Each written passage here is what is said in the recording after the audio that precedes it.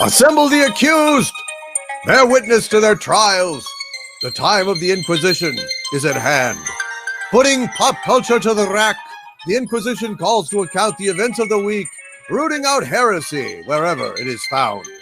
I am Grand Inquisitor Doomcock, the future ruler of Earth, and joining me for tonight's torture is Nerdrotic Channel's Grand Inquisitor Gary Beekler.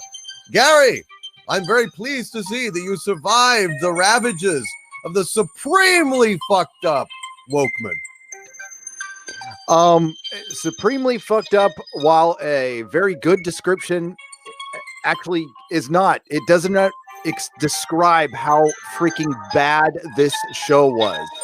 I was a little soft on it, I have to admit. We were discussing during our pre-production meeting that I thought Regina King was an okay actress. She did a fine job in the first couple of episodes. It was just the writing. It wasn't her fault. Wrong. She's a terrible actress. Jeremy Irons was terrible in this. Everybody was terrible in this. The key grip was terrible in this.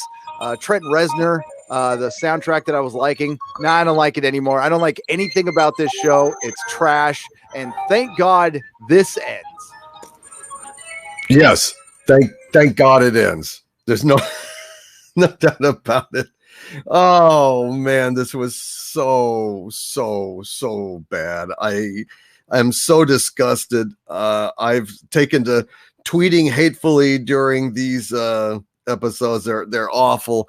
There was no plan. Again, there was no plan. This idea, you'd have to come up with something super genius to kill Dr. Manhattan. Did he come up with something super genius? Nah. He just typed Dr. Manhattan gets killed. K-I-L-T. That's how Damon Lindelof rolls. Killed. And that was it. We killed him. It just said, because he just says he gets killed. That's it. They melted down batteries to make a cage for him. They pulled some tachyon particles out.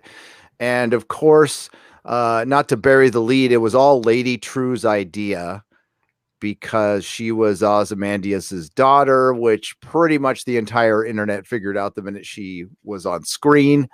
I predicted that they were going to try to kill Dr. Manhattan before I even saw the episode names, and turned it. But it wasn't really Dr. Manhattan now, was it, Doomcock? It was Dr. Tulsa. Dr. Tulsa. That's right. He's a relative of Jake Soywoker's, and yeah, he's just basically kind of a blue guy, hangs around, and well, there was no way in hell that this was Dr. Manhattan. There was no way that was Ozymandias. Actually, I think that was Harriet Mandias. Mm-hmm, yes, actually, it's Ozymandias and Harriet Mandias. It was just from the start to finish bullshit. It was stupid. It was insulting. And if you were waiting for answers, you got them, and they were shit answers. They were shit. It's just, I hate this fucking crap. I hate Lindelof. I hate bad reboot. I hate all of Coos. I hate all those fuckers that come out of that house of no ideas.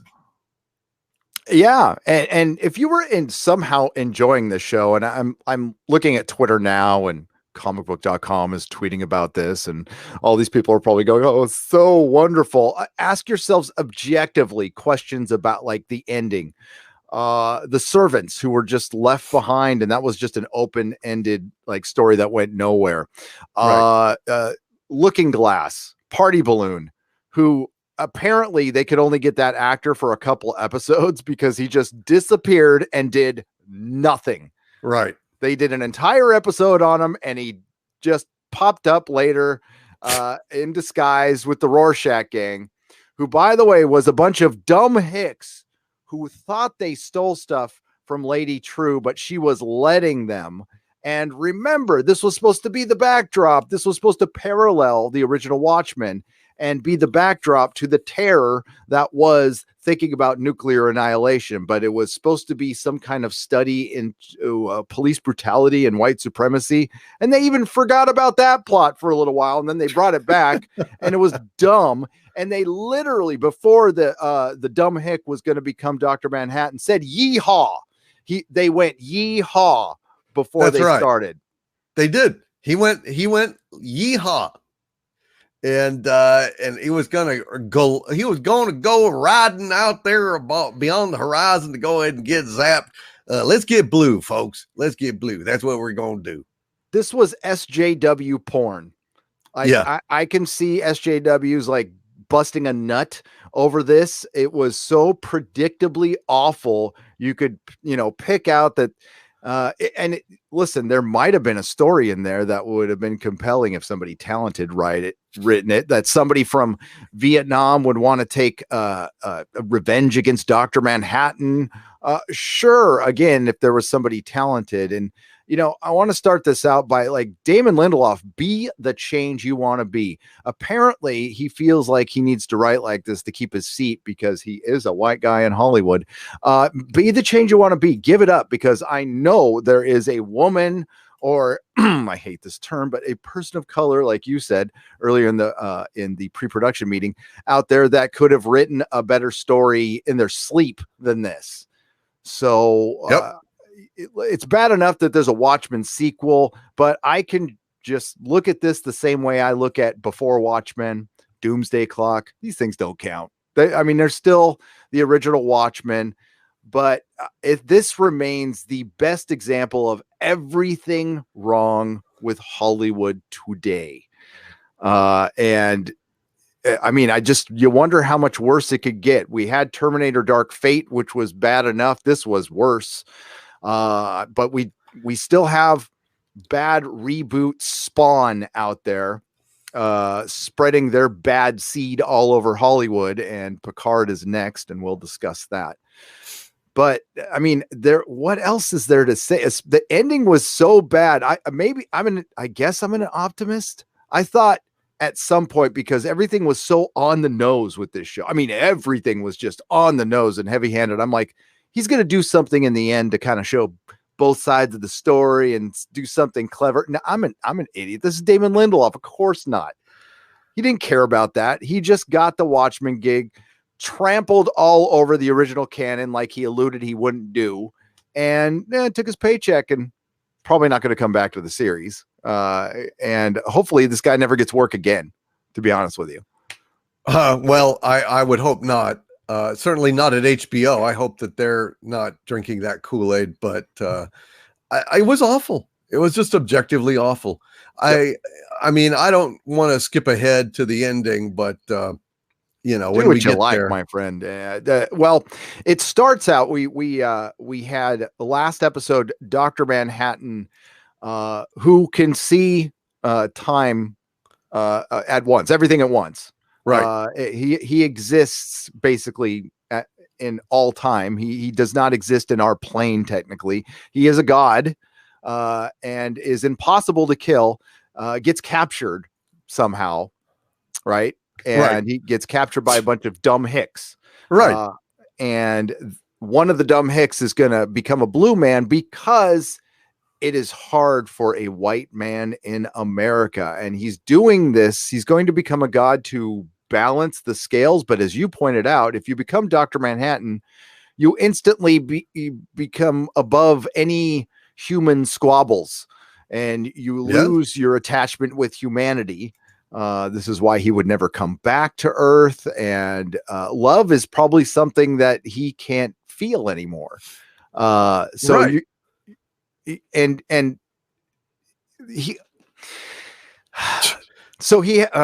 have to skip to the ending. So they explain why he did this. It's about as good of an explanation as the end of Star Trek Discovery, when Spock, it never brings up his half sister because it's classified. It's somewhere in that realm.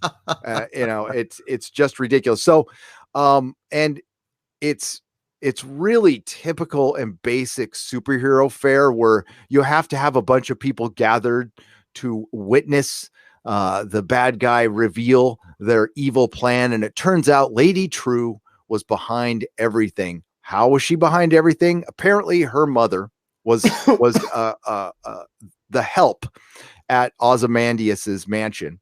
And they show a scene where Ozymandias is taping his big spiel to President Redford that he was behind the events from 1985. And there was just a bunch of people watching this, by the way. While he's filming this, there's entire crews. There's a cleaning lady. This cleaning lady goes into his office, finds out where he keeps his sperm, because he keeps it in his office, and injects herself. And it turns out that Lady True is Ozymandias' daughter, like everybody predicted the minute she came on screen. Yes. She was. And she said, screw Ozymandias. And, he's the smartest man in the world, is not as clever as a cleaning lady that he hires. So, okay, great. Right. But it doesn't end there. Go ahead. Yeah. No, go on. I was just going to say, what kind of maniac stores his seed behind a picture in his office? I mean, if he's not ever going to be with a woman, what in God's name is he doing? Seriously, I just want to know. So, the smartest man alive would probably figure out that if I kept something in my office, that somebody might have access to that. And what's the point? Do you need to run over and, hey, I need my sperm. Good thing it's in my office. I'll go right over here. I guess we're not supposed to think about stuff like that. Maybe he would keep it in a lab somewhere secure.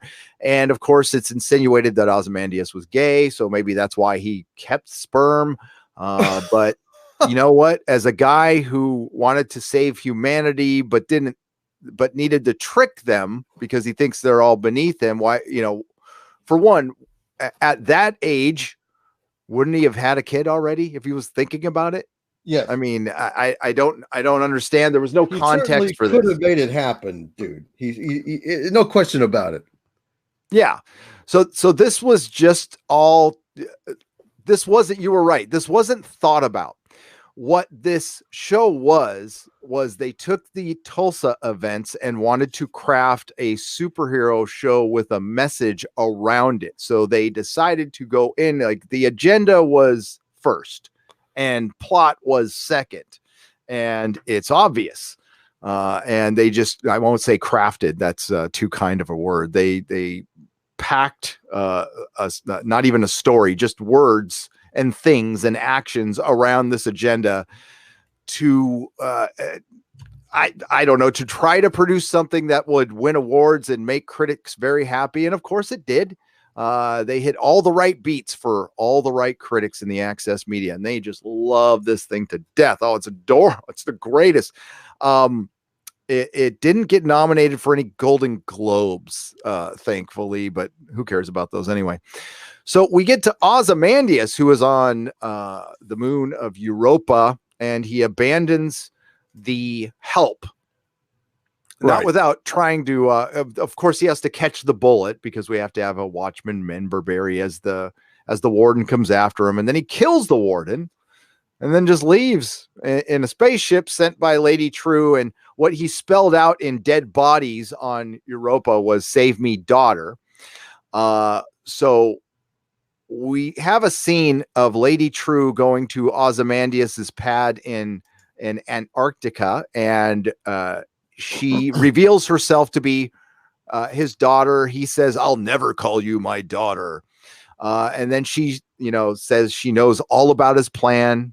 Doesn't say how she figured any of this out. She's just smart. So we don't need to show any of these things. We just tell you things. It's very Alex Kurtzman. It's very Bad Robot. Again, this is all from the Bad Seed of Bad reboot. So she figured out his entire plan. She, compliments him a little bit, but she's being a little patronizing because she knows she's smarter.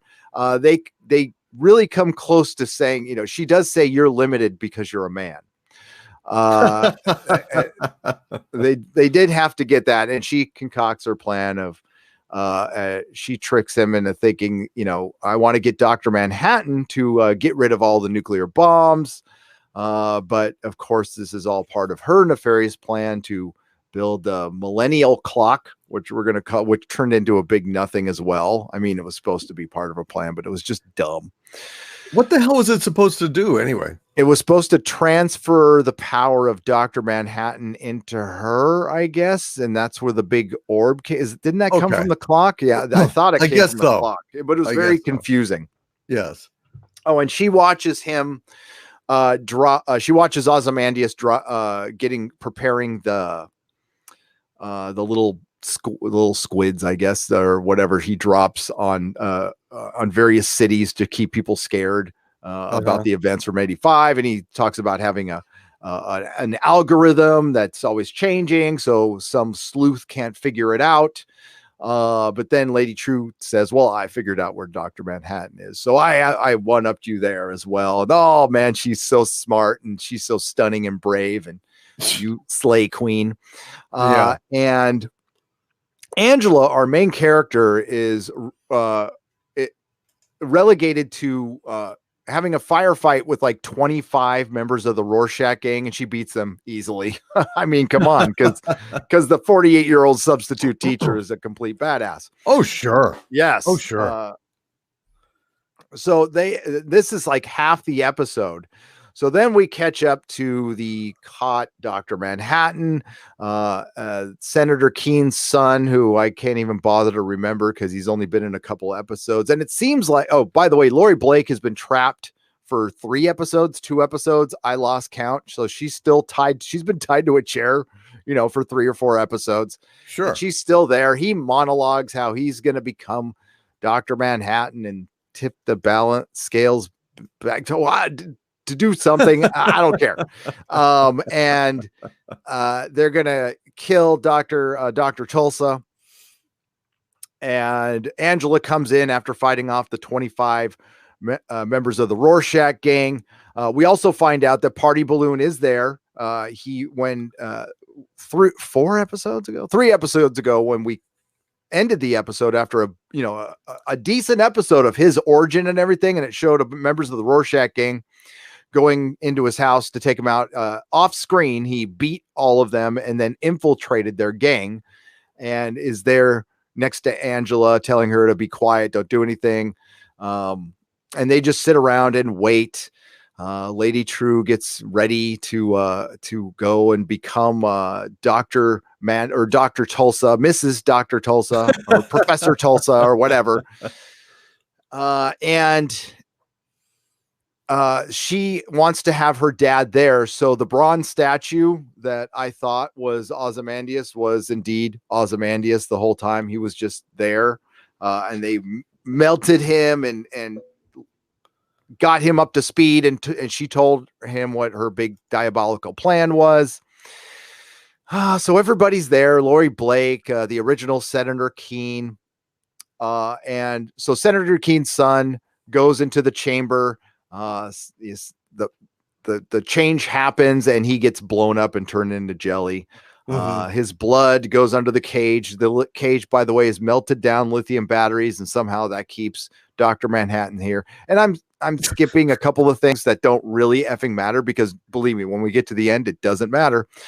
He uses the blood to teleport away Laurie Blake, Party Balloon, and Ozymandias to keep them safe, sends them back to Ozymandias' office. But he keeps Angela there because he doesn't want to die alone. And he's scared. He's scared. And he doesn't, the God at the end of Watchmen, who had for a moment found his humanity through Laurie Blake, right? Through Laurie Blake, is now in the same room with Laurie Blake and doesn't even acknowledge her. No, doesn't even acknowledge her. Because he only has eyes for Angela. And Laurie Blake looks at him and doesn't even notice that he looks different. And remember, they set up that, she's got a big blue dildo and still has a thing for him. And, sure. And that, they didn't cover that at all. They didn't have a moment together. Nothing. Nope. And there's a reason for that, but we'll talk about that later. So, so Ozymandias decides to stop Lady True from becoming Dr. Manhattan. Apparently her plan is to become Dr. Tulsa and make the world a better place. Sure. But we can't have that because she's bad and she's a raving egomaniac. Although when she becomes Dr. Tulsa, she won't be anymore. She'll be above all that. But no, she's a woman, so she'll probably keep it. But it doesn't matter because they don't get that far. They take the little squid, and their big plan is to drop it on Tulsa. And I guess Ozymandias did something so they wouldn't freeze on the way down, and he undoes that. So it's like a little Gatling gun of frozen, basically squid hail, and that's how he stops Lady True. She ends up dying. Oh, and Dr. Manhattan dies. By the way, they kill Dr. Manhattan. Well, they killed Dr. Tulsa. Dr. Tulsa, yes. Thank you. I said corrected. They kill Dr. Tulsa. They kill Lady True. All the police, the masked police, like the Red Scare and Pirate Jenny, who said 3 words this entire series, didn't do anything. They just showed up, pulled their guns out, and didn't die. Lady True's little clone mom daughter lives. Angela lives, and somehow when she's running from this freezing squid hail, she makes it into the theater where she sees Granddad, and they have all of a sudden this quiet little moment. And it reminded me again of Star Trek Discovery season 2, when there's all hell is breaking loose, but we have a quiet moment for like 10 minutes on a platform in deep space where Spock and Mikey Spock can have a dramatic moment together. And the same thing happens between the Granddad and Angela. He said he's sorry that Dr. Manhattan's dead, even though it's his fault. And it turns out it was Dr. Manhattan's plan altogether. And there's a reason he did this, though. So Dr. Manhattan wanted to die because he loved Angela so much that he wanted to give her his power. Oh, isn't that sweet? That's just so sweet. It's like the gift of the Magi if the Magi were fucktards, but go ahead. No. And Ozymandias gets arrested by Laurie Blake and Party Balloon. Laurie Blake doesn't talk about Dr. Manhattan dying in front of her, nothing. She just says she's changed now, and that's it. No mention of Night Owl, by the way, which was what lured her into Tulsa in the first place. The Senator Keene had offered to let Night Owl give him a pardon if she would go out and work the case. No mention of the FBI anymore. Like, everything was forgotten at the end. So when you see, listen, I don't like this because it tramples all over canon. It craps all over the original work. But objectively, this was the dumbest. This was a Star Trek Discovery dumb ending. And if the critics are out there calling this some kind of tour de force, which is what I saw one say, a tour de fart. That's what it was. It was so shitty. Nothing was revisited. It was made to be one season. Oh my God. If they make a second season of this will be hilarious. Hilarious. Yeah, it was so bad. I love how at the end, Laurie arrests Adrian Veidt for murdering 3 million people with her smug, insufferable fucking look on her like Botoxed face. And Ozymandias basically is like, what? How dare you? How dare you? Blah, blah, blah. And then Party Balloon whacks him on the head with a wrench from behind. This is so ridiculous. It is like really one of the worst canon violations of the whole thing.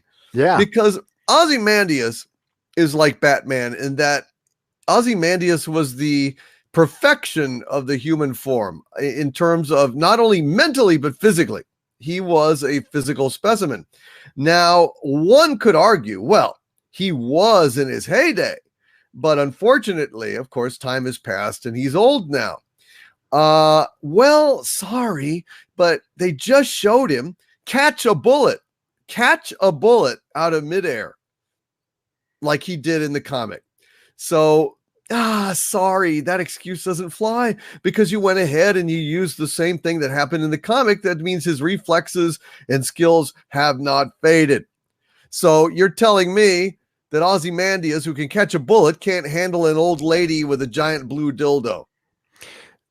Ozymandias, who killed the comedian. Ozymandias, for one, I get on Regina King. I'll get on Jeremy Irons as well. Jeremy Irons is built like an aging actor.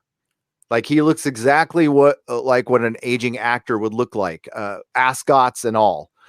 He doesn't look like an aging superhero who was at the absolute peak of humanity, again, mentally and physically, who could take a punch or Laurie Blake could have connected and he would just, move in a way where it would do the least damage. And yeah, oh, by the way, she was in on it too. She was in on the crime too, and he brings that up, and I guess she's just going to get away with it.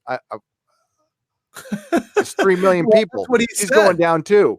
But no, I guess she's going to get away with it or something. Ozymandias could have handled both her and Party Balloon, no problem. Yep, no problem. Yes, at that age.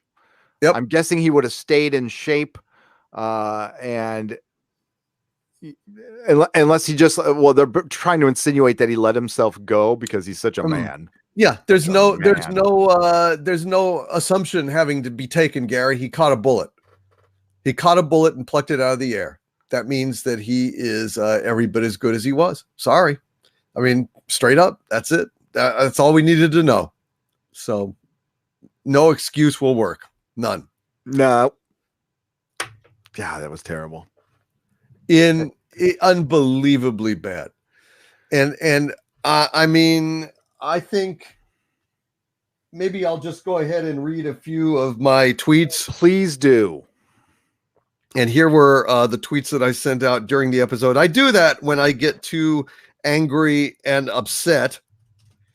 I mean, I have to say something. I have to say I get too angry. So here we go. If I may interject at this juncture, fuck HBO's Wokemen. It's shit. Hashtag HBO Watchmen is shit. Then I followed up that gem, that rhetorically succinct gem, with a love how Lady True Success is based on theft. So Ozymandias kept sperm samples in his office and Lazy True's mom stole it and knocked herself up. Perfect analogy for Damon Lindelof stealing Alan Moore's sperm in order to create Wokemen. Glory stolen by a hack. Hashtag fuck HBO Watchmen. And then I tweeted out, because I was on a roll, question, how do you kill Dr. Manhattan? Answer, hire a bad screenwriter who will ignore the fact that you can't kill Dr. Manhattan. Can't because he would see it coming a mile away, because he can put himself together when disintegrated, because he inhabits all time and space. Hashtag fucking hack. And finally, a little love letter straight to Damon Lindelof himself. And by the way, Lindelof, among the many works of genius you've repeatedly defiled in your dogged pursuit of mediocrity, none is more offensive than your abuse of Mozart's Requiem. The Lacrimosa is one of the loveliest pieces ever created. Fuck you, you fucking hack. And there you go. I don't know what else I can say. I am so goddamn sick of listening to Mozart's Requiem, of him invoking the Blue Danube from 2001, and before that Vienna, when the spaceship comes down. Fuck you. All the cultural appropriation, all the artistic perversion associated with your garbage. You are a scumbag, sir. That's what I think. I can tell when, listen, we all have layers of anger, but I can tell because sometimes you can be funny angry. Sometimes I can be funny angry, but after watching this, I don't know, after Star Trek Discovery, I laugh I have to at this point, especially after 2 seasons. This was just, oh my, again, everything wrong with Hollywood. I marvel that people like this. Fine. I don't know how you could possibly like this. Objectively, it is just bad writing, plot holes everywhere, red herrings, shaggy dogs, whatever you want to call it. It's full of it, just like HBO. And it's joyless, and it was mean. And like I've said before, and you have too, Watchmen is a dark story, but it's got it's still fun in a way. It's still magnificent. Yeah. I mean, it's a joy to read something of that artistry and complexity, with the characterization and with the superlative cinematic feel between the frames. It was a remarkable piece of work, and it was a brilliant idea of Moore's to have 9 panels a page. 9 panels a page. So then when they open it up, it had a real impact. Otherwise, it was having a rhythm like a storyboard. It was kind of a masterpiece. And for Lindelof to just come in there and repudiate all of it, just cast it off, destroy the canon, and then to go ahead and pass judgment on the entire genre, when it's like, what was it that he said? People, why did you have me wear a mask? He says, because people who wear masks are, what was it, evil? Or no, I think he said they're true, they're the true selves. No, he said something cutting. It was a put down of people in masks, as I recall. I can't recall the exact phrase because I can't either. I thought maybe I misheard it, but I will find out for you. Because I was too disgusted to take notes or anything, No, I no, I couldn't too. I just wanted it to be over. Exactly. I just wanted it to be over. I'm so happy we're just going to be able to crap on Star Trek and Star Wars and the Inquisition, especially after watching The Expanse. Something so good, and having to follow it with this is just whoa. But I'll figure it out. I'll get the answer to this question. Yeah, because that's what I recall. I could be misremembering it, but and remember, this was supposed to be like the big heavy theme behind this was supposed to be masks. People wear masks to hide their true selves, and like some existential bullshit, it just, and yeah, that was the idea. And it's just, I'm actually going to watch the stupid HBO podcast too. I want to hear what kind of justification they have for this. Oh, really? Yeah. I'm going to, afterward, you're going to subject yourself to that. Yeah. Why not? I just punch myself in the face a couple of times, and I don't drink, so I mean. Oh, I know. It's so it's a different kind of abuse.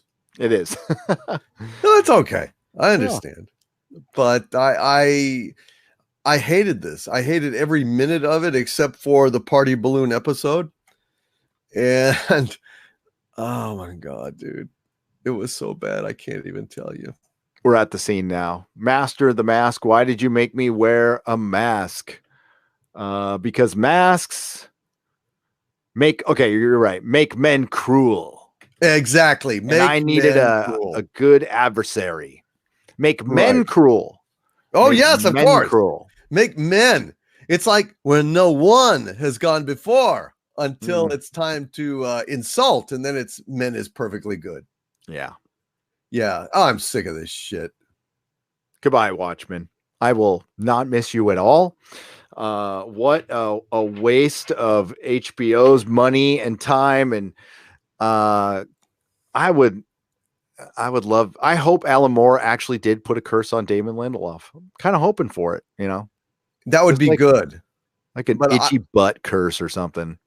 Yes. Yes, the itchy butt curse. Like it never goes away. I like the idea. Yes. Oh my! One highlight of the episode, the only highlight that I can point to, is that I really enjoyed watching Lady True die, and love seeing her get hit through the hand with a frozen squid. Oh, is that why she put her hand up? I didn't see that. There was a hole in her hand. Yes, okay. There was a hole right through her hand. And of course, she's too cool and everything to actually react in pain or anything. Yeah, what was the point of her? The only reason she was there was to make Ozymandias look dumb. That's the only reason her character existed. That's it. I mean, and I'm serious. The ending was Grandpa who killed Judd, and they made an entire episode around Judd, and it was supposed to mirror the comedian's murder. And it meant nothing.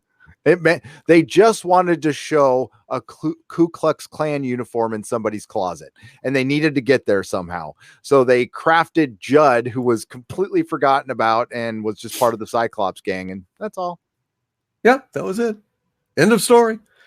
Yeah, and the whole murder of Judd turned out to be not a big thing. So why did he like Angela? Because he genuinely liked Angela. And why am I asking these questions? It doesn't matter. They never intended on answering any of this. This was just about Tulsa. Well, then make a documentary on Tulsa. Do it some justice, like we talked about before. They made it about somebody stole Moloch's hypnotizing device. It was the Cyclops gang, and that's what happened in Tulsa, and not the real story. Turning it into a cartoon. Exactly. Turning something real that happened, genuine that happened, into a stupid cartoon. And if I hear the awareness thing, well, you could put the real story in there, like the whole real story in there, and bring awareness to it that way. But no, this was used by Damon Lindelof to score some woke points. Again, he hit all the beats. He pleased all the right people in Hollywood. This wasn't about bringing awareness to anything other than Damon Lindelof's bank account, and maybe he'll get some more work at HBO because he pleased his corporate overlords. Who are trying to perpetuate division, I guess, and who are trying to, they're using everything as a platform right now. Everything. Mm-hmm. Every damn thing. Yep. You're quite correct. It's just, it's sad.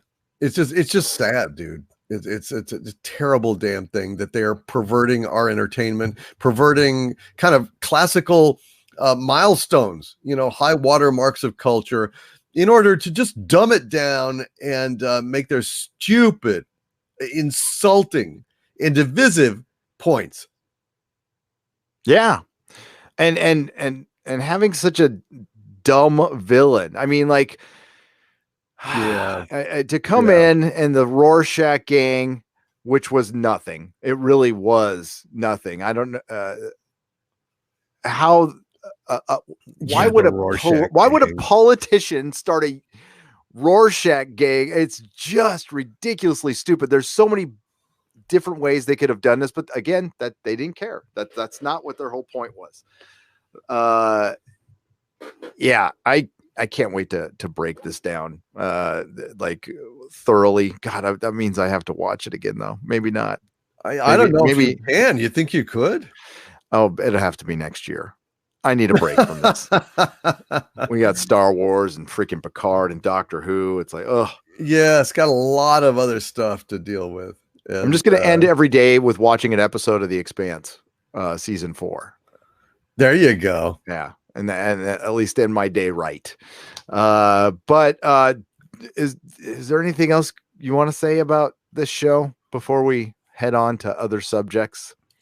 I hated it. I hated Lady True a lot.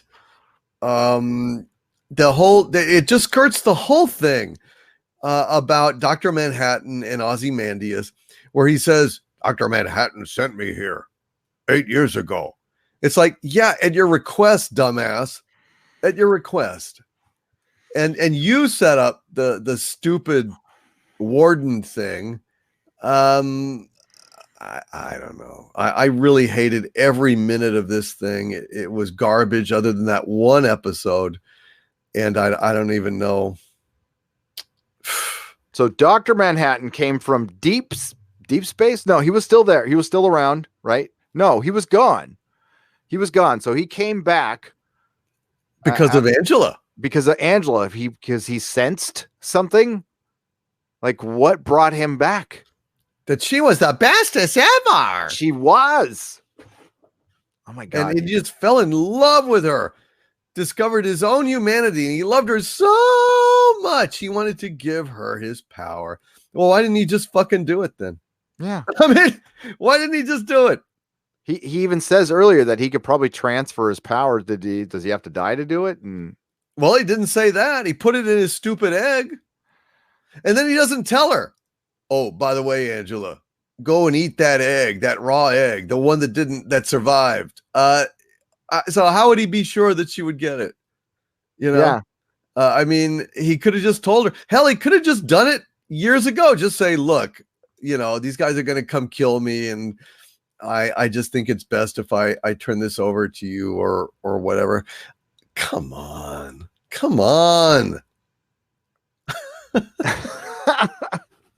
Why couldn't he do it before? No, you see what I'm saying, right? Because the plot said to wait. The plot said to keep it to the end because we had to get 9 episodes. I mean, they gave us a budget for 9 episodes, so we had to, just draw. And this was drawn out so badly.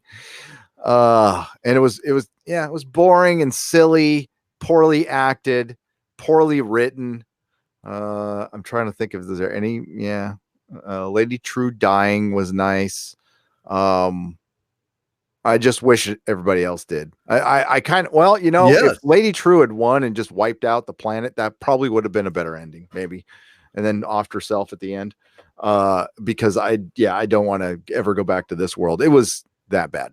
So, the sentencing, I don't know if I could find a sentence harsh enough for this. Yes, I don't either. Boy. It's tough. It's tough. I sentence it to multiple viewings of Star Trek Discovery and then itself, then scaphism. Yeah. Scaphism while surrounded by TVs in a ring, playing Lost. Playing Lost. I think that would hurt. I think that would suck bad. That would. Whew. It was so bad. I don't even know what else to say about it, Gary, honestly. No. I hated every damn moment of it. And I don't know what else to say. No, it's depressing that we get something this bad from HBO, that's done good stuff in the past. Well, let me just ask, why, if Lady True had this plan to go ahead and steal Dr. Manhattan's powers, why the hell didn't she just catch him on her own? Yeah. And how could she know that these ignorant hicks were gonna be able to pull it off and catch him? She the smartest woman in the world relied on a bunch of dumb hicks. And by the way, Grandpa was in on this. I mean, right. He's all of a sudden he's sorry Dr. Manhattan died. He was in on this. He was tick-tocking with Lady True. Remember that was ominous when they both went tick-tock. Yes. Well, I thought it was a joke. I didn't think it was ominous, but yeah. No, I didn't think it was either. They were trying to be ominous. Yes. Ominous. It wasn't. No, I didn't buy into any. I felt no tension. I felt nothing but disdain for this show. So, yeah, I didn't buy into any of this stuff. And it just got worse as it went along. And when we look back, I mean, we only watched it once, thankfully, but if we went back and watched it again, I'm sure there would be giant plot holes and Yeah, why would she rely on dumb white supremacists for her evil plan when she had all the equipment she needed, everything? Yes. Yeah, like, why did she have faith that they would actually be able to smoke him out? what did she do with the baby that she bought from the Kents? Right. From the Clarks, I'm sorry. For the Quarks, yes. That's a good question. I don't know. I don't know. It wasn't her kid because she cloned. No, you know, her mom, right? So that she wouldn't have cloned the mom and gotten it from the Kents. no. So who did they just want to have a scene of her buying Superman? Well, actually, what she isn't what she did is she gave she wanted the land for some. She wanted reason. the land, but didn't she get she offered a baby? That's right. She offered the baby. That's so she right. just wanted the land so she can get because that's where Ozymandias landed. I guess that's where Ozymandias landed. Okay. So what? I don't understand why she would want the land so bad. So she would go to all this trouble and clone a kid for them or something. What? Yeah. So she gave. Okay, that's right. So she gave them a baby, and they were called the Clarks. So they were supposed to look like Martha and Thomas Kent. And something went crashing down on their land, and I guess we were supposed to think, that's what I thought, was like it was Superman or a baby, but it was actually Ozymandias, and she just wanted to buy the land so she could scoop up her dad. Couldn't she just do that anyway? Like, what was the point of that? Well, see, that's the question. That's what I was asking you. Yeah. I don't know. I don't know. And that's the problem. What the hell was it? Why? That's what I want to know. I think the why was they just wanted to show a scene like mirroring Superman, and they wanted to show Lady True just being smart and I don't know, mocking the Superman origin. Right. Degrading it. Sure. Degrading more superhero origins because they're silly and whatever. Because that's what we do now. We're degrading the past, mocking the past. Again, it's everything that's wrong with Hollywood. Instead of, and we're talking about past stories, superhero stories. I'm not talking about historical past or any of that political bullshit. Just mocking superheroes and Watchmen. And you know what? Watchmen's a lot of things. It wasn't mocking superheroes. It was just turning them upside down. It was an evolution, honestly, but there was still reverence in there. I mean, a respect for history and you know, and interest in I would say validating kind of a real world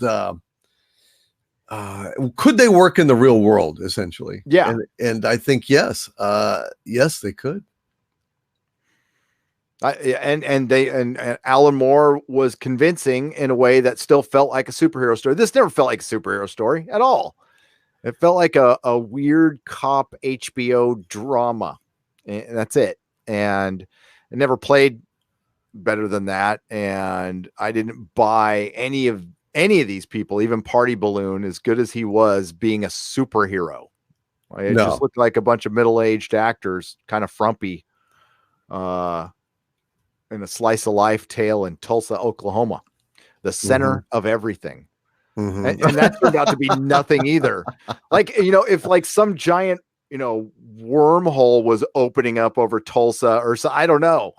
All the things you could have done with a Watchmen sequel, like actually give an adversary to Dr. Manhattan or something. I don't know. Nah. No, So, there was nothing truly clever in this. It was just very, very precious. It was Lindelof being precious and convinced how clever Lindelof is. It was, ooh. Could you see him after every script? He's all, look at that. Look at what I did. Look what I made. Yes. Look what you made. Yes. You made all right. You did this. You made, exactly. He made all over Watchmen. His pants. But he also kind of made anybody who gave him the job. I mean, the people who should be embarrassed are the people who hired him. Yeah. Lindelof is what he is, but to hire him, and the more embarrassing thing would be liking this. But yes, to each his own. I don't want to insult an individual out there. I'll aim that at the critics. That's at the professional critics who are supposed to have professionally good taste. And you're supposed to trust. You're supposed to trust them. Yeah. Yeah. Oh boy. Oh boy. Oh boy. The thing is, they're so easily bought now. They're so easily bought. The corporate, HBO and Disney, they don't have to do shit. All they have to do is allude that they might give them something. And man, let's get the chapstick out. Okay. Oh, sure. Yeah. Pathetic. My God, man. It's painful. I hated every damn minute of this other than that one episode. Otherwise, it was all bad. And I am disgusted profoundly that this hack has taken something that was beautiful and original and just groundbreaking and turned it into some pedestrian piece of garbage. Grounded in the nothing. Now, I had very little experience with Lindelof. I saw Prometheus. It sucked, but I didn't get past the first season of Lost because it looked like it was going nowhere. And I watched a couple episodes of Leftovers, didn't think much of it. I had a bunch of people coming into that comic shop I used to own that I never mentioned, telling me to watch it. And I never did. I did because Chris Eccleston was in an episode and I'm like, it's cool, but it didn't, grab me. But I mean, you watched all of Lost. So yes, I did. This guy, and he essentially ran that show, I guess. Yep. Okay. He was with Coos. Okay. The both of them did. Oh my God. The guy who's going to be writing Hitchhiker's Guide to the Galaxy. Can you believe that shit? Are you excited? You excited now? No, actually I'm not. As we discussed earlier, anything from Bad Robot now just automatically sucks. Now I'm completely down on the Lord of the Rings series because it's got two people writing it who worked at Bad Reboot. Star Trek Picard, I'm pretty sure is a guaranteed suck at this point, and then we'll get into that in a little bit. I don't want anything to do with anything Bad Reboot. If I see that on anything, it just automatically sucks. It's a stamp of suck. Damn right. I mean, before I even started my channel, I had vowed that I wasn't going to watch ever anything by them. I stopped to watch. I pulled up Jack Ryan on Amazon Prime, and I started to watch it, and then realized, oh, wait a minute, Coos is working on this. Yeah, no thanks, no. So I cut that out, and time is valuable. Time is valuable, and if you're like, you know what, maybe they'll write something good, but I don't even want to waste my time figuring it out. I don't care that much, especially when you're burned that bad once. And so I don't even think I'll not even to review. I don't care about clicks. I will never watch anything Damon Lindelof is even loosely associated with again, ever. I would prefer not to. I mean, this was a thing that I think we were obligated to watch because we needed to sound the alarm and report on it. But damn, dude, this was disgusting. You get like I don't know. I don't want to disrespect any medals. You get an internet medal of honor for sitting through this one because whoa, it was bad. And these are hours of my life I will never get back, and you won't either. Hey, anybody in the chat, how many of you watched Watchmen? Just hit F if you saw it. Or no, not F. God, I always started that wrong. Yes, if you saw it, no, or just Y, and no if you didn't. We did this last week, and most people didn't. How many of you out there actually watched it? I'm curious. Yes, that is a good question. And I'd be very interested to know. And then we're going to move on to different subjects. Screw Watchmen. It's over. Thank God. Thank God. Next week, we're back to the Inquisition, just covering news. The next show we will cover on the Inquisition that airs on Sunday, I believe, will be Westworld in April. That's not till April, and that's only an iffy start date. I'm not 100% sure. I'm guessing on that one because that show comes out like every year and a half, I believe. Mm-hmm. So, all right, let's and we'll get us some super chats in before we get to Star Trek news, because we got Star Trek news. And then Star Wars.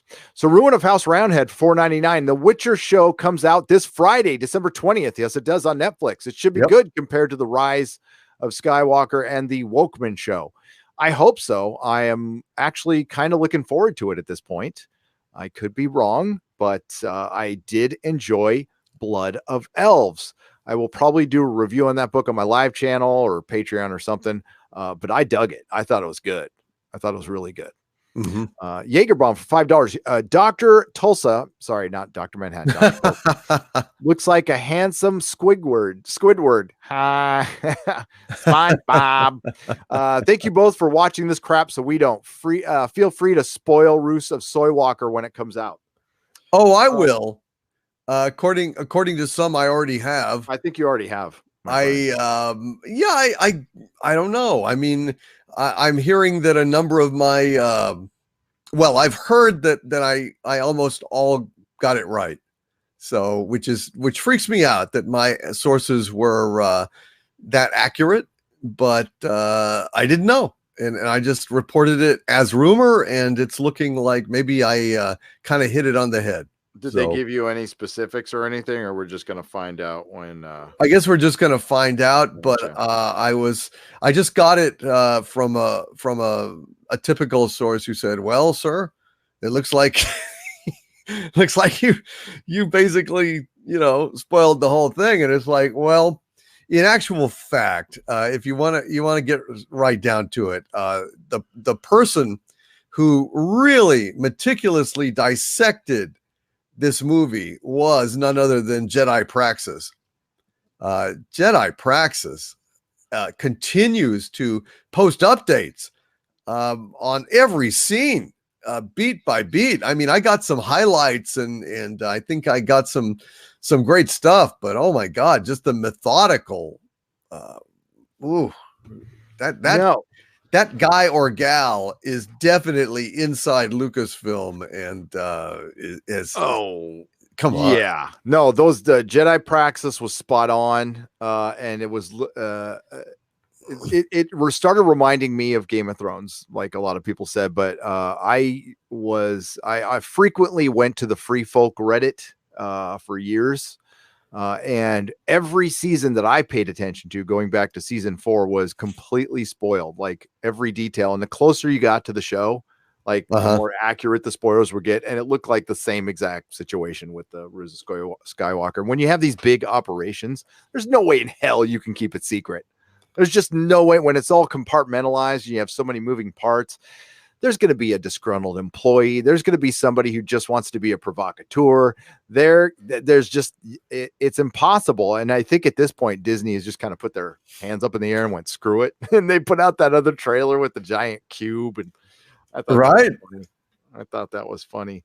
I'm checking to see, apparently, I don't know this. I heard this from Tom at Midnight Sage that it's out in Japan already. So it really is, huh? So that's what I heard. I can double check that. I can Google it. That's very interesting.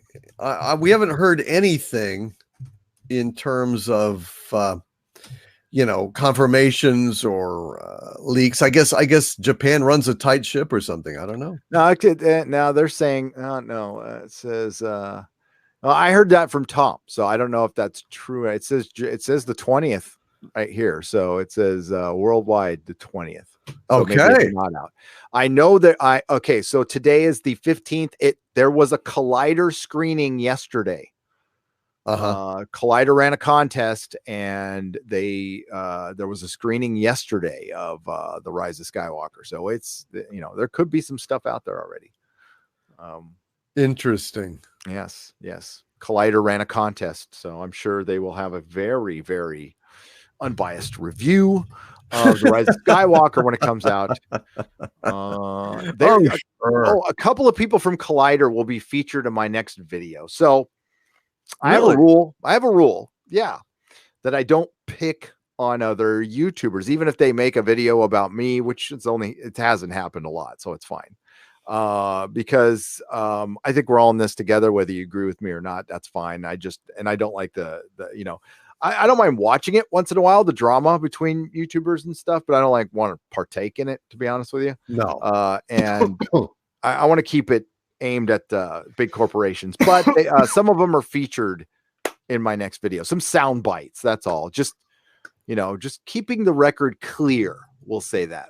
I see. Okay. Keep the record clear because the internet's forever.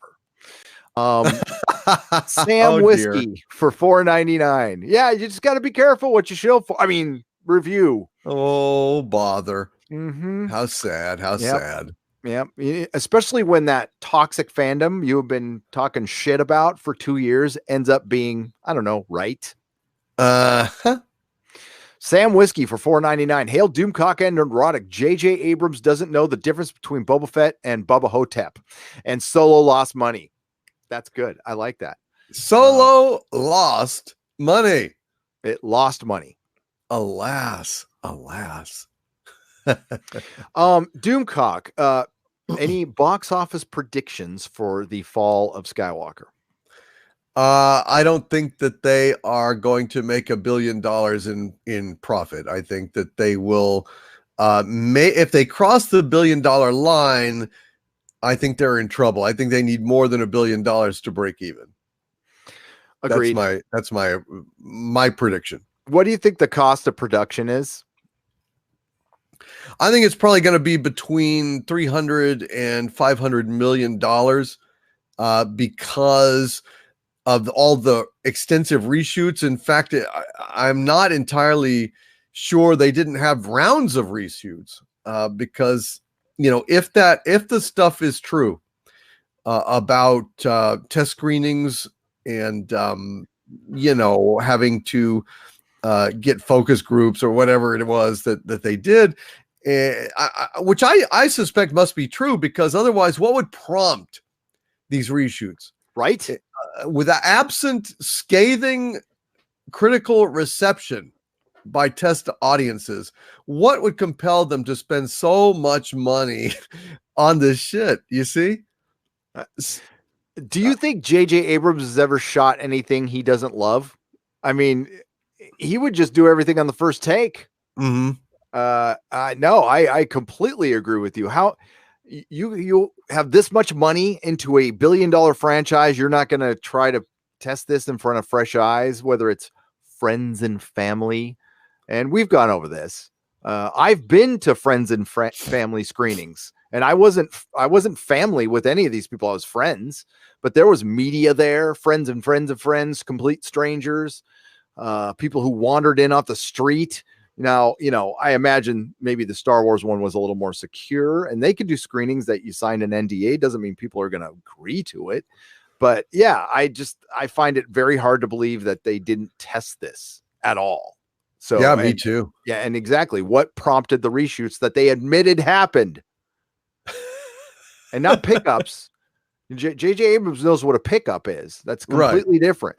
So that's totally different. That is something that they, do all the time because they're incompetent, and they don't actually thoroughly shoot things like people with limited money do. They figure, we can fix it in post. We can go back and have reshoots or whatever. So they're not really as scared about getting complete coverage as they ought to be. Or the plot changes a little bit, or there's something unforeseen in the footage. But I am absolutely feeling sure that if there were extensive reshoots, they were motivated by something. And I think that something has to be the critical reception being bad by whoever saw it. you can go ahead and say, well, it was family members or something. They're not going to rely on family members. You cannot get an honest answer out of family members. They're going to be concerned about your feelings. They're going to say, oh, well, I thought it was fine. They're not good, and they're also probably not as knowledgeable, and they're not fans. They're just going to be there and to see Daddy's work or Uncle Jar Jar's work or whatever.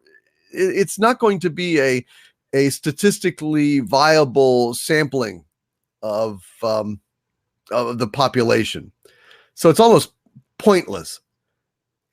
They're not going to have reshoots based on the input of friends and family. No, that's ludicrous to even think about it. I mean, I love the Red Letter Media video. The Nerd Crew they just did really put a spotlight on the script ending up on eBay bullshit. I mean, like, I loved what they called out in that, because that was such a goddamn publicity stunt. And we called that out too. We were like, why would you admit that? If it happened, why on earth would you go on and admit that? And plus, all the questions are screened on the Disney-owned Good Morning America. Right. So we just happened to, oh yeah, and a script ended up on eBay. And, Mike from Red Letter Media rightly pointed out that would get somebody arrested. That's theft. I mean, you were trying to steal, you were selling stolen property on the internet. Okay. Right. Just because you got it from somebody else, it doesn't matter. The law doesn't care about that. If somebody steals something, hands it to me, I don't know it, and I put it on eBay, I am still in trouble for selling stolen property. Yes. So what happened? What? Well, I mean, God, I'm not entirely sure. I put a kind of a bunch of things in my last video about Han Solo coming back as a Force ghost. Turns out it was a Force vision rather than him being a Force ghost per se. My source misinterpreted what they were exposed to. But I also think I put in that my source had said that in all the time that they were at Lucasfilm, they saw exactly one page of script that, that's it. That's it. It was passed around like a holy relic at the time because it was so unusual. So, yeah. That's weird.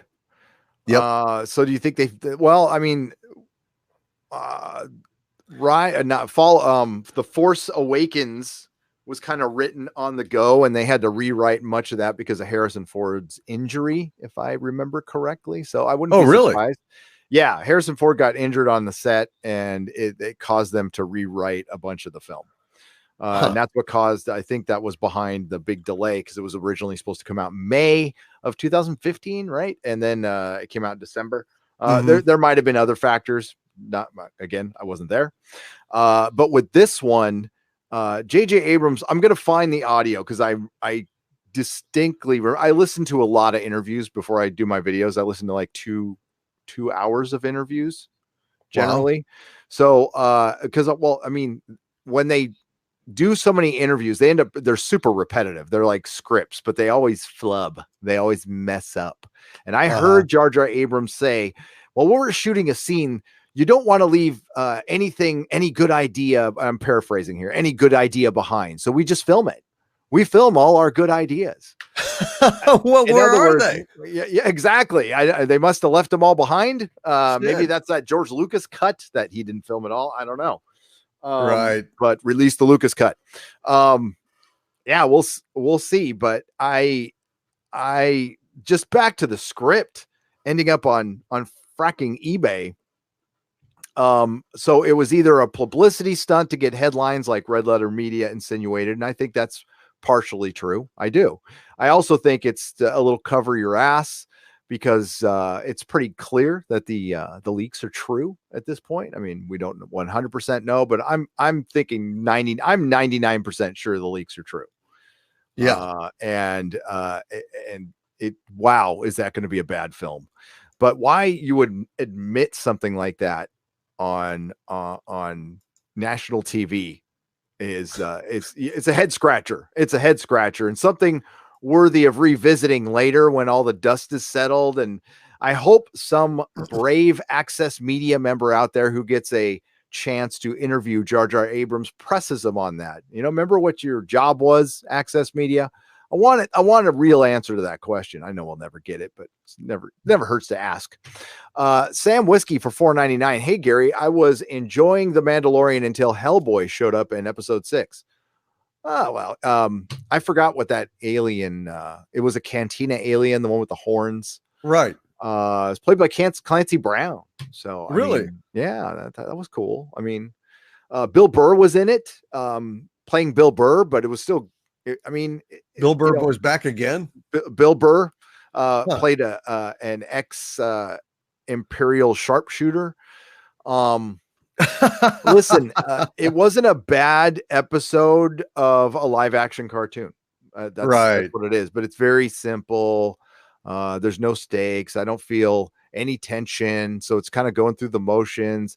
You're basically, watching some very talented people make some nice art, some pretty stuff that's meaningless and forgettable. I hate that. Yeah. That's why I'm not watching it. I totally agree with you.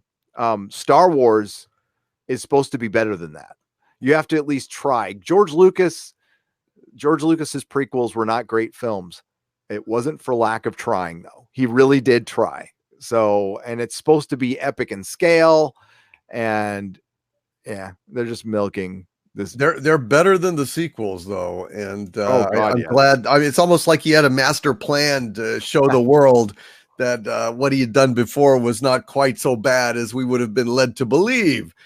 And he's probably going to buy, Star Wars back for $500 million discounted. Yeah, 25 cents on the dollar. It might, maybe. No, less than that, really. He wanted to be in control of Star Wars. I listened to Iger's book, and Iger said, that was early on in negotiations, but he wanted to sell it to Disney, but still control it. And that was what was behind Kathleen Kennedy being put in charge. It was George's way of trying to keep control in a way. Turns out it just didn't go down the way he had planned. He got double crossed. She became a company woman. But when I heard that, Doomcock, remember the rumors we reported about 3 months ago about George possibly getting some residuals? Yes. Don't know for sure. Yes. So if he wanted full control of Lucasfilm, after selling it, which, this stuff that does happen, by the way. Sometimes people sell their companies, but they maintain control. But they still have to answer to shareholders and stuff. But wouldn't it be a good concession to say, okay, I don't want control, but man, I want some residuals off of Luke and Darth Vader and some cheddar off that. I think that's believable. And I wish I had heard that earlier. I would go, it's not proof or anything, but it just, yeah. Well, I may have something even, I may have a leak that suggests that is quite true. So I'll be putting that out probably sometime this week. Awesome. Little teaser there. That's brilliant. I got to reach out to, who you are. If you're watching, we met in New York and you are a stockbroker and you had looked over Bob Iger's, conference call when they purchased Disney. And he said there was little pieces of circumstantial evidence that backs that up as well. I believe you emailed me. If you didn't, and you know who you are out there, please email me again. I'll search for the email and I'll send you that stuff because there's some interesting stuff in there that could back that up. Oh, awesome. But again, it's circumstantial. So yeah. Scott Hudson for $5. This is the moment for Star Wars blue bloods to rise and reject Disney Star Wars or sink into the black pit of perverse invalidation. Hold the line. Always. I'm going to hold the line. Hell yeah. What else is there to do? I've been called a gatekeeper. I've been appointed a gatekeeper by the SJW. So I'm going to honor that and keep that gate. Yeah. A proud gatekeeper. Happy. Yes. Good taste. Not everybody has it, you know? And yeah. And we want people with good taste. We want people with talent working on Star Wars. Doesn't mean you can't enjoy it. You just thank us later when you actually get good Star Wars. And by the way, you're welcome for The Mandalorian. You're welcome. And the direction that they're taking. The one positive I can tell you, Doomcock and The Mandalorian, is there is new identity politics. There's a little smidge in episode 4, I believe, but it's nothing terrible at all. It's not woke at all. You can call it mediocre, and that's as big of a crime, but at least it's not identity politics. Yeah, it doesn't come out of the Kennedy camp. Yep. And so that's probably why.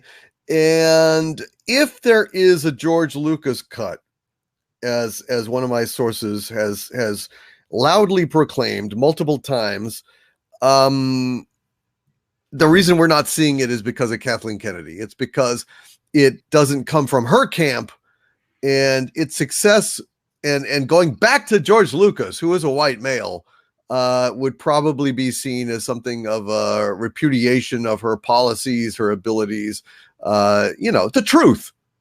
It would be seen as the truth. And that's a big problem for her. So, I mean, I, for the life of me, can't understand why Mr. Iger is putting up with that. To this day, it seems that you go with the movie that would be best, that would make the most money, the one that tested highest in the purported, alleged, rumored test screenings. Got like it was very specific, the information I got, that it tested at an 88, which is quite good. So what in God's name? Apparently Kathleen Kennedy has final cut, and it appears that Kathleen Kennedy is going with some weird hybrid of Jar Jar's and Bob Iger's cuts. That's weird. I'll say that's weird. Because I have heard that she's really not in power anymore. So I don't know. We'll find out. Why you would leave a better cut of a film out is mind-boggling. But Disney Star Wars, Well, I don't think final cut is a courtesy. I think final cut is some kind of contractual thing. I mean, it's not just like, oh, well, okay, you can have your final cut. I mean, it gets settled. Who in the production of any movie has final authority on the movie? And I mean, if a director can be powerful enough to negotiate final cut, then it's written in the contract. Otherwise, it's going to be specified in case of a disagreement or something that it's going to be the producer or, in this case, the head of Lucasfilm, whatever. So it wouldn't necessarily be as simple as just that she is now out of power. Well, she's got a contract. So, I mean, I'm not saying that this is the case. This is purely speculation. I don't know. I'm not privy to this information. It's just a guess. Or it could be that the George Lucas Secret Skywalker edit does not exist. I mean, that's entirely possible as well. I said it's a rumor.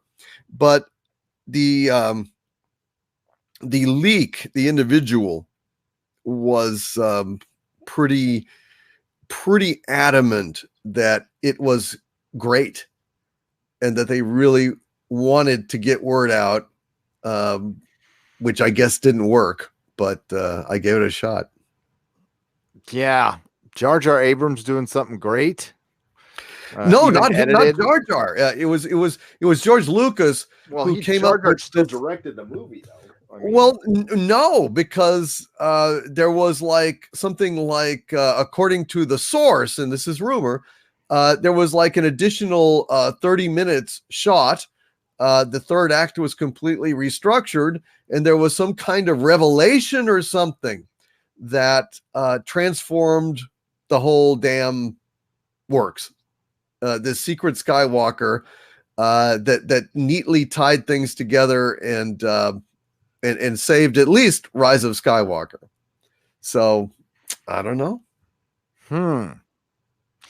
Well, I mean, the last Men in Black movie that came out, apparently the producer, there's 2 cuts of that, and that's why not that this is on any level with that, but the producer did get win and got their cut made, and then that's what was used as an excuse for the film sucking. I don't know if it was true or not, so I guess that stuff does happen.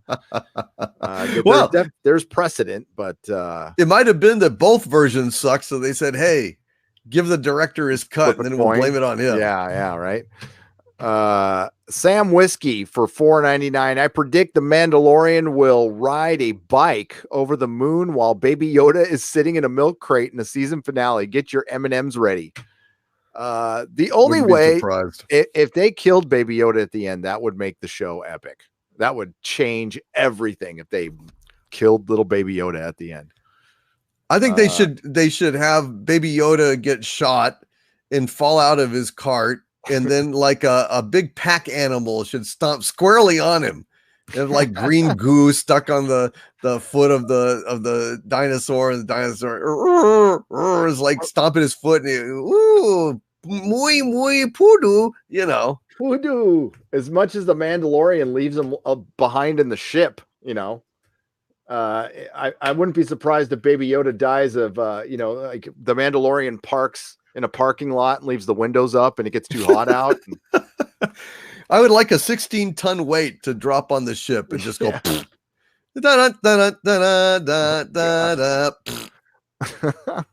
I would love that. Pretty much as soon as this episode began, I thought, oh, I can't wait to hear our Lord and Savior Doomcock go off on a rant on this, says Zach Stowey for $5. And you did. It was a mini, I've done many rants on this show, and I'm just kind of numb at this point. I mean, you know, it is a disgrace to the culture. It is a disgrace to not only comic book fans, but to fans of literature, that this unspeakable hack should just go in there. And I said it again, the perfect metaphor for Damon Lindelof doing this series was the janitor stealing the sperm of a genius and shoving it up their wazoos and spitting out a piece of garbage 9 months later. That is just spot on.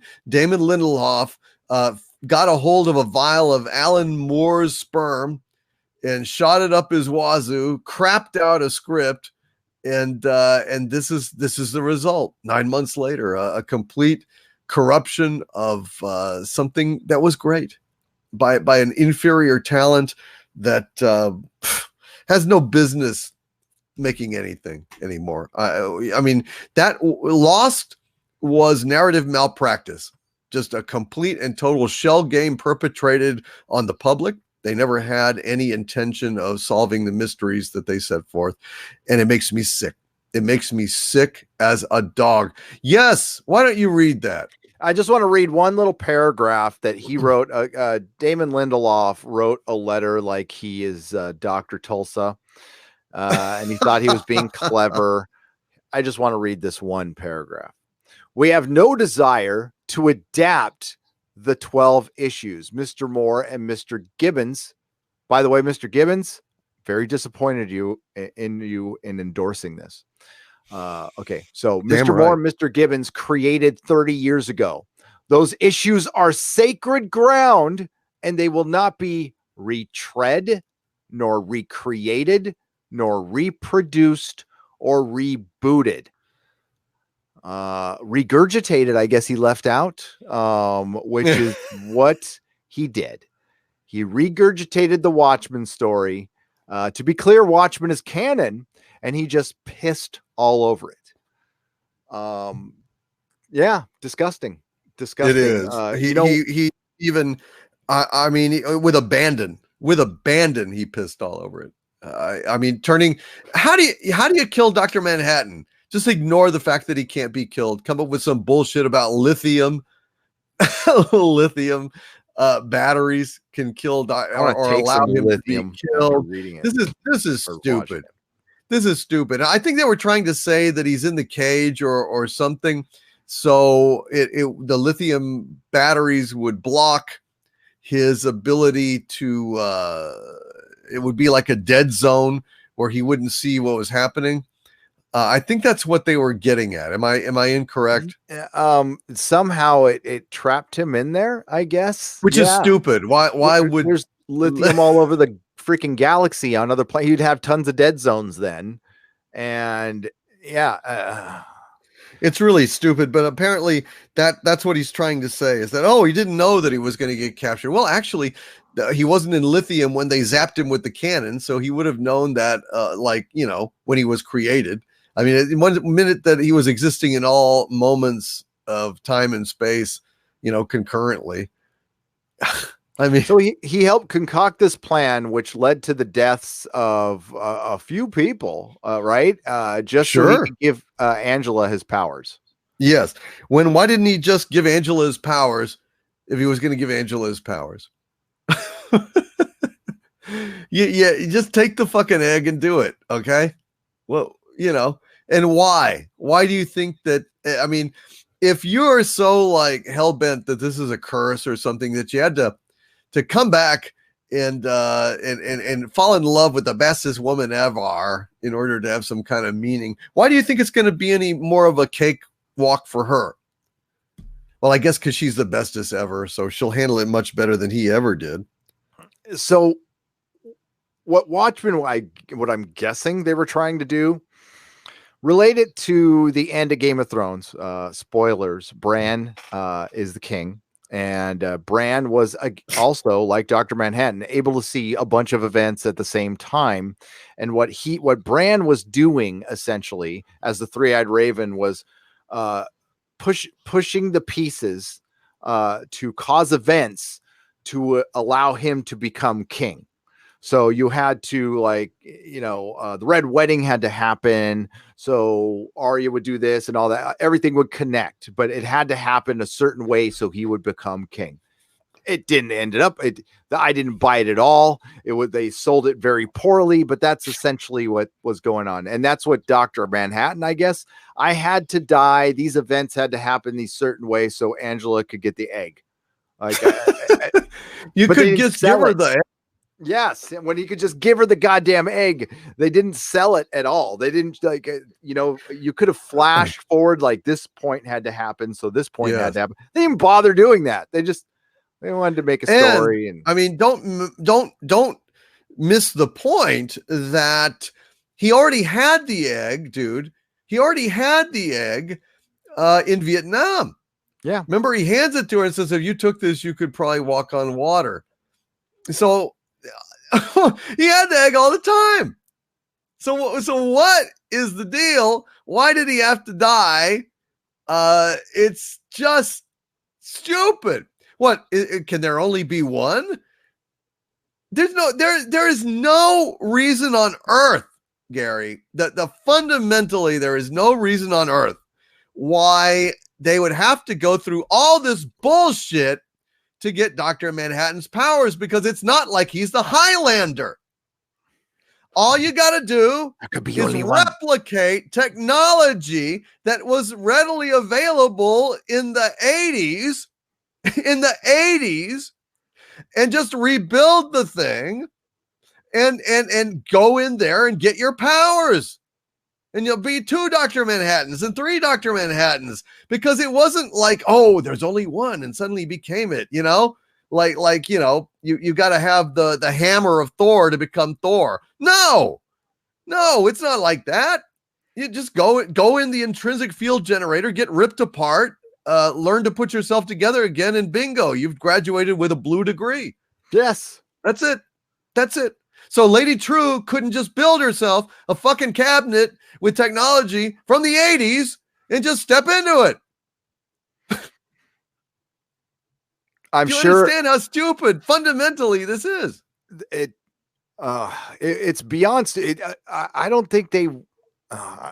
I don't think they even tried. Yes. They just had to build the cabinet. That's it. That's all she had to do. We didn't have to have a Rorschach gang. There was the only point. They just wanted to have a Rorschach gang. They wanted to have Rorschach be a white supremacist gang. And then we figured out a plan around it. But they came up with the Rorschach white supremacy thing before they came up with the actual story. Sure. We want these plot elements in, and we're going to pile of crap, and we're going to call it a story, but it's just a big pile of shit around everything else. That's what this is. And it was obvious because it wasn't thought through at all. Like at all. Like I watched it once and I'll be honest with you. It wasn't with laser focus because I would just fade out at points because they were just so dumb. And there's still, again, like what was the whole point of buying the land for Ozymandias? That was like a scene that took minutes to set up and it was just nothing. But I haven't gone and looked, but there's people probably just loving it, but fuck Watchmen. I can't be the only one noticing major corporations are focused more on social control than short-term profit now. Can I? No, you're not. I feel alone at times. Eric Hawk for $5. No, that's exactly what's going on. Apparently they're foregoing some profit, so they can social engineer. And this is Silicon Valley. This is the Silicon Valley's, we can make the world a better place. The problem is these companies that are trying it now are not multi-billion dollar companies. The reason Silicon Valley can get away with it is we have companies in not so far from me right here that are bigger than any companies in history. Companies have never been this big. Google is one of the biggest companies ever in history. Yeah. And we, it's a little disturbing. You make your money, make your cheddar. That's great. Innovation's awesome. But this corporatism, this uber corporatism is a bit much. Sam Whiskey for $1.99. Oops, I meant Reese's Pieces. It's okay. I would like to reread to you guys what Dr. Manhattan said in Watchmen. Okay. After Adrian Veidt disintegrated him, he came back and reached down and said, "I'm disappointed in you, Adrian. I'm very disappointed. Reassembling myself was the first trick I learned. It didn't kill Osterman. Did you really think it would kill me? I have walked across the surface of the sun. I have witnessed events so tiny and so fast they could hardly be said to have occurred at all. But you, Adrian, you're just a man. The world's smartest man poses no more threat to me than does its smartest termite." So tell me what Damon Lindelof did to... Nothing. He did nothing. He embarrassed himself. But you know what? There's I'm going to have to look tomorrow because I don't want to go off tonight. But I'm sure there's people who are like applauding him right now. Well, they're dumb. The people who are applauding him are idiots. There it is. Sorry. Yep. You're either idiots. You don't know Watchmen. So you're either ignorant or you're an idiot. Those are the only two options if you're applauding this mess, because it is not Watchmen, and it violates a character that was so powerful that there's no way in hell you're going to kill him. There's just no way in hell. So the fact that you did means you cheated, just like in Lost. Just a big con job, a bunch of crap. I didn't even cheat, in a clever way. It was just a half-ass. And you knew you could get away with it because you hid behind that veil of woke. We put in a national tragedy. You hide behind the guise of, we're bringing awareness to this, and automatically you make every critic on the planet afraid to criticize it. Well, any shill critic, not regular folks here on the internet who give two shits what people think. So Psycho Dwarf 9 for $5. Got my coffee, got my moonshine, conveniently in the same cup. There you go. All right, and you're going to need it to watch Watchmen. That's for sure. 200 Watt Studio for $2. Please, no Expanse spoilers. I'm only on episode 4. Did we give any spoilers? I just said I liked it. What on what? He said, please no Expanse spoilers. I'm only on episode 4. Yeah, we already talked about. No, we did our whole thing. Don't worry about that. So man. go to I don't. Is it on your channel or did you put it on Harvey? On the Harvey Zone? It's on my channel right now. It was like 2.5 hours, so I've just left it there. But I'll probably transfer it to Harvey soon. But it's up right now. Pay attention. Go to Doomcock's Twitter. He's got a link up there if you want to hear what we said about the Expanse. First half hour is it's spoiler free.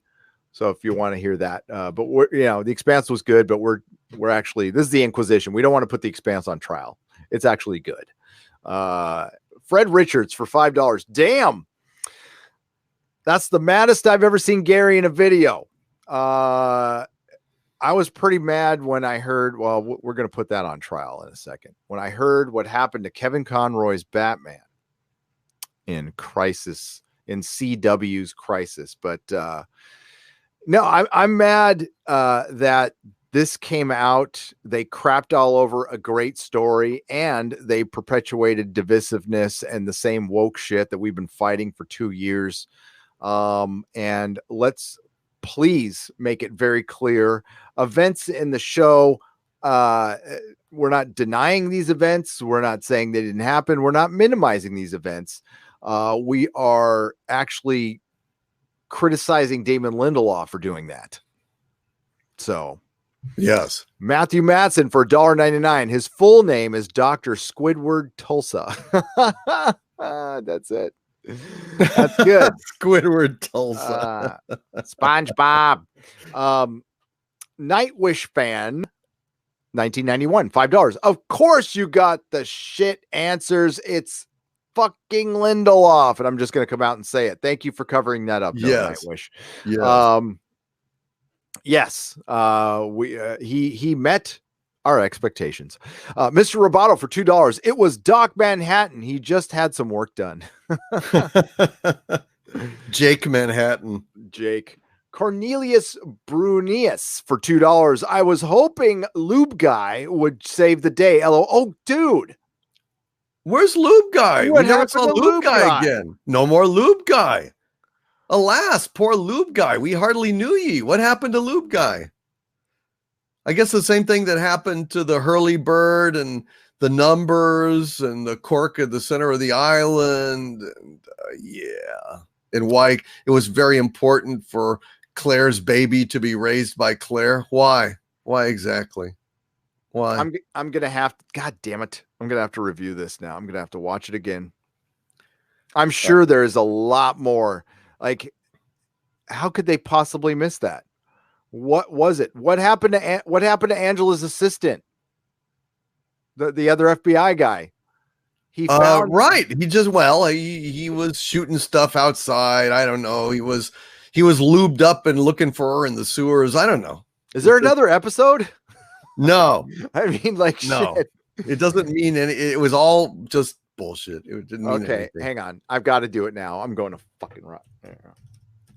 We're done with Watchmen. I just want to do this. I know that people are wanting us to move on, and I am right there with you. Okay. But I just wanted to go to Rotten Tomatoes real quick. So there's listen, once I go over it, I guarantee you there will be more. But here we go, folks. Here's what the critics think, and the public, not so much.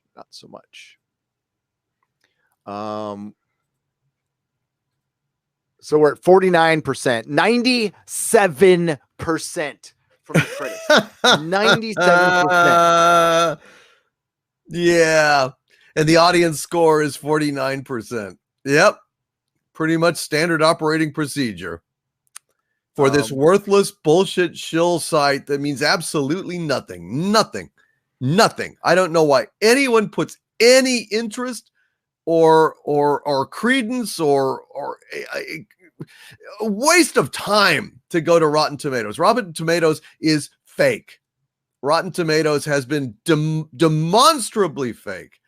They have been caught jiggering numbers. They were changing their whole algorithm for Captain Marvel. These people are bought and paid for, and anyone that puts any credence in what they say is crazy. I believe the audience score for especially on the critic side. The critic side is complete garbage. You're right. It is. Let's go to the top critics. Top critics. It didn't give me a. Hang on. My bad. Let's go back up there. We want to go to more info. Top critics, a 96%. Top critics. Audience score is 49%. I believe that. Now, I'm not going to even defend the critics because they only watched like the first few episodes and they put their review up. We knew this show sucked in the first episode, so I think it was pretty clear. I've already done a Rotten Tomatoes video. You can go check it on my channel where I go over what the critics say and compare that to what they, especially some of them really loved Watchmen and really hated the Joker. So I pointed that out a little bit. And that tells you everything about you need to know about taste and who to trust. Who do you trust? Who do you trust? Not the critics. Not the critics. Not the critics. They are absolutely bought and paid for. And it's no wonder. I mean, you do not have to even use a great leap of imagination to understand that when Disney and all these like corporations own so many things and control access to the media to reviewers, and reviewers rely on getting screenings for their life's blood, they're not going to bite the hand that feeds them. Just straight up. And that's another of the many, many, many wonderful reasons why monopolies are bad and why the government should probably, step in and break up these monopolies. Fox should have never been sold to Disney. Nope. Never. But Cornelius, thank you for bringing up Ludwig. I missed that. That is a giant mistake on their part.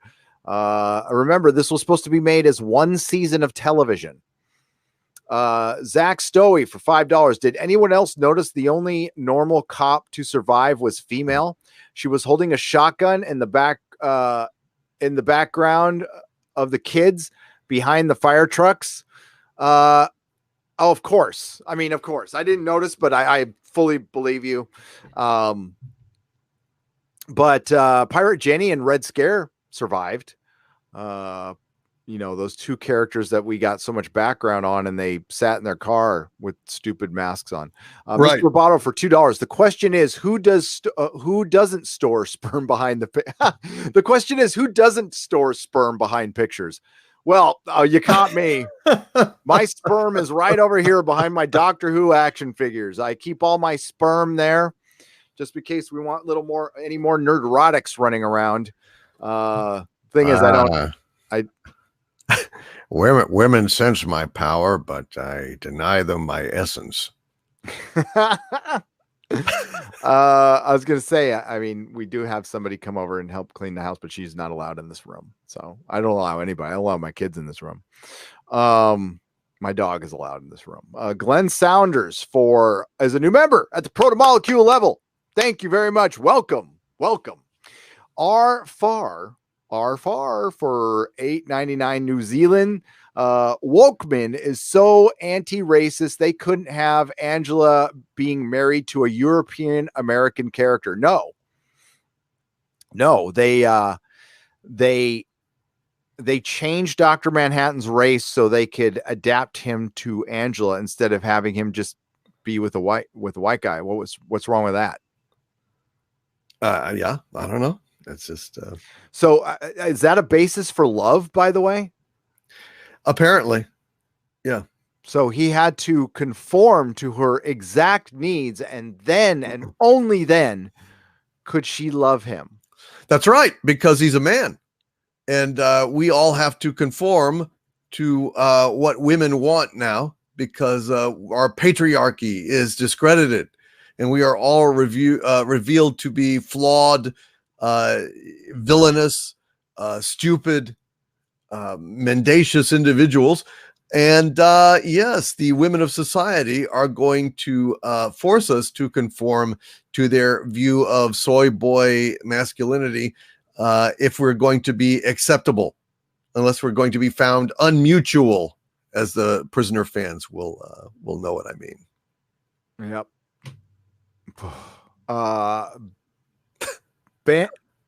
I'm trying to read this name. Manchester United. Manchester United. Okay, I got it for $4.99. Extremely flawed show.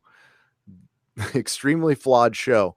But one question: how did he transport them if he transferred his powers to the egg? Fall of Skywalker next.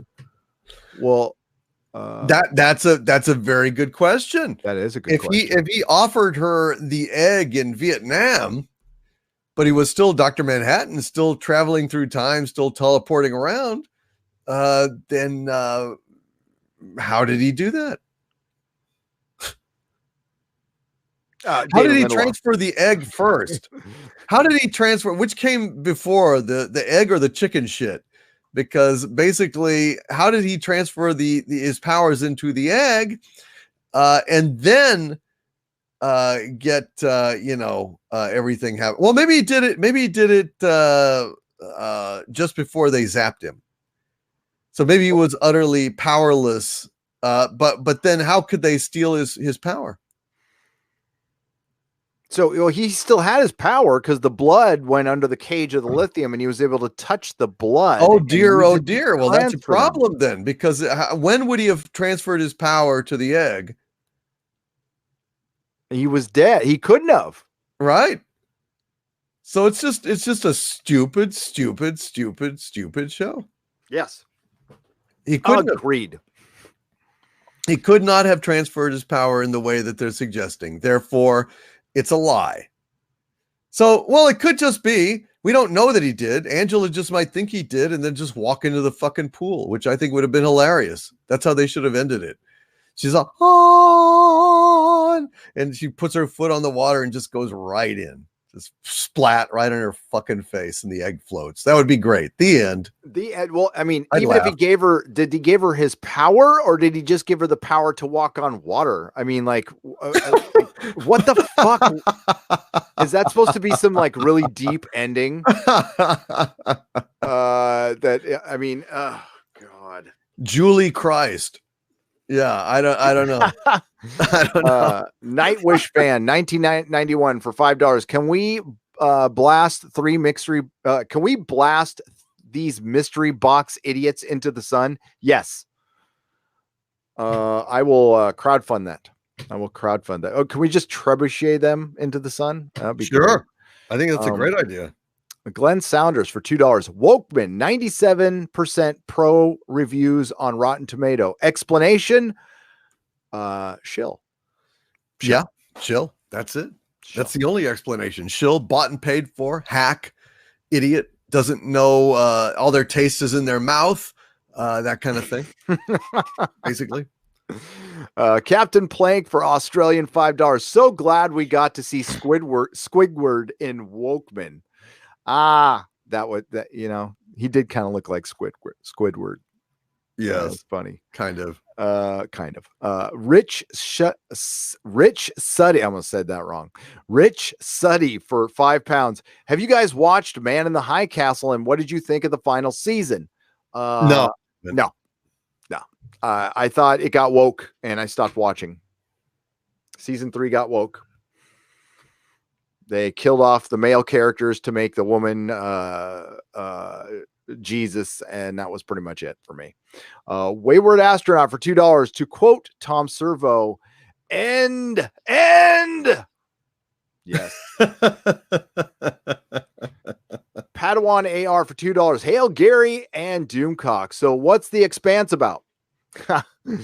I will just refer you to the video on Doomcock's channel where we it's basically 3 factions in space 300 years in the future who are they're not at war with each other, but there's tensions. There's an outside threat. It starts out with a detective story and turns into something all that encompasses the solar system and then the galaxy. And it's grounded science fiction. They do again, I'm not a scientist, but they do the very best they can to make everything make sense, and it's great storytelling, great characterization. Yeah. Yeah, it is. That's a pretty good summary. And I think that what's it about? About the best science fiction show in history. That's what I would say. It is your collection of rogues in a spaceship, but they up the game on it. Farscape, which is a brilliant show, is your collection of rogues on a spaceship, and so is Firefly and Blake Seven, and but this one like tries to take it very seriously. Not to say it's, I don't know, I can't say it's. I love Farscape, man. I really do. Yeah, it's great stuff. It's fun. But it's more grounded, obviously. Joan of Arc 33 for $9.99. I am so tired of the anti-male comments in entertainment, and it's so boring. Just think an entire generation raised on bad writing and propaganda. At least there's The Expanse, my favorite show. Thank you, Joan of Arc 33. Outstanding. Yes. And I don't want my son growing up with this crap. All right. I don't want him growing up thinking he's a bad person because of his junk or the color of his pigmentation. Thankfully he doesn't get treated horribly in school or anything, but I just don't want him growing up like that. And I've never been a big fan of tearing something down to make something look better, ever. And it's not genuine, and it's lazy, and I think it's a very bad way of doing things. But that's Hollywood. That's fucking Hollywood. Hollywood's always been lazy. Take the easy way out. That's where trends go to die, and hopefully this one dies a horrible death soon. I hope so, but I don't know. I mean, I don't know. We've had a few steps in the right direction. We've had a few little kind of watershed moments in the turn. Dave Chappelle, Joker, which just eschewed wokeness and just made its statement. And I think slowly but surely we're getting things fixed. But only time will tell. That's true. I think there is progress, like you said, but it's just never moves fast enough. And these things don't turn on a dime, but we need to withhold the dimes until it does. And the nickels and the dollars and the C notes, yes, the shekels, the rubles, shekels, yes, the simoleons, buddy. Supreme Overlord SJW for $10 says, Overlord DVD, I must correct you. You said the intrinsic field generator cabinet was tech from the 80s.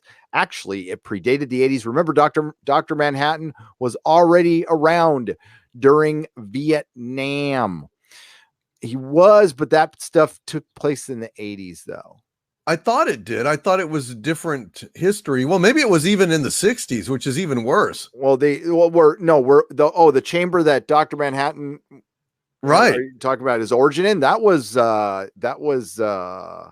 the 50s. Wow, it was in the 50s. Yeah. It's been a while. Yeah, it was in the So it was even worse. So basically Lady True built a millennium clock and had all this like technology. It was going to cost her $42 billion to execute this plan, when all she had to do was spend maybe about $100,000 and build herself some 60s technology with vacuum tubes and gauges, and step inside and replicate the events and become Dr. Manhattan. It's not like there's only one. So it's even worse. Yep. It's even worse. So yeah, I'm blanking right now because I'm on a live stream, but it was 20, 30 years prior to the events of the real Watchmen. I'm not going to say original Watchmen, just Watchmen, because this is HBO's Watchmen. I'm glad they make that distinction. Lady Viking, thank you for joining the Proto Molecule level. Welcome to the memberships. Lady Mist for $20. Haven't watched the Wokemen. $20. Thank you. Your early reviews didn't make it something I wanted to spend money on. And with The Expanse playing we'll rewatch it and some anime instead. Always a very intelligent, in-depth review. Lady Miss, thank you so much for the kind words and for the $20 and for all of your support. Yes, we appreciate you. Thank you. Thunder Robots for $5. I just say that Crisis Batman was a dark universe version that way everything about him can get a pass. I don't think so.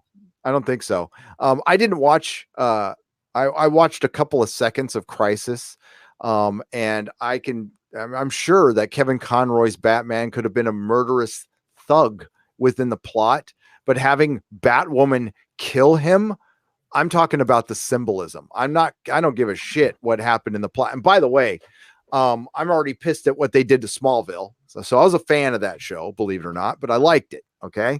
They undid Clark. They 2019 Clark in 3 minutes. And, the thing was terrible. What I watched a few minutes of it, and it looked like a bunch of Glee actors in superhero costumes playing superhero, and it set superhero shows and superhero storytelling back 20 years. It's taken us a long time to get sophisticated stories in live action, and it looks like a freaking clown show. It's a parody. It looks like a Saturday Night Live skit. Damn, I haven't seen it, so I don't know. Yeah, no, CW superhero shows are god awful. Yeah, they really are. Arrow was good. First season. Then it just went down to hell. Yep. So. Matt G, thank you for the $2 and no comment, but we appreciate the donation. You help keep the lights on here. Nina Fabiano for $5. Long live the egg. Thank you for the $5, Nina. Fixie Clary for $5. The Vietnam War in our timeline was from 1965 to 1975. That's right. So probably, I mean, it was like in the 50s or 60s when the intrinsic field thing, but I'm just calling it the 60s for the sake of simplicity and argument.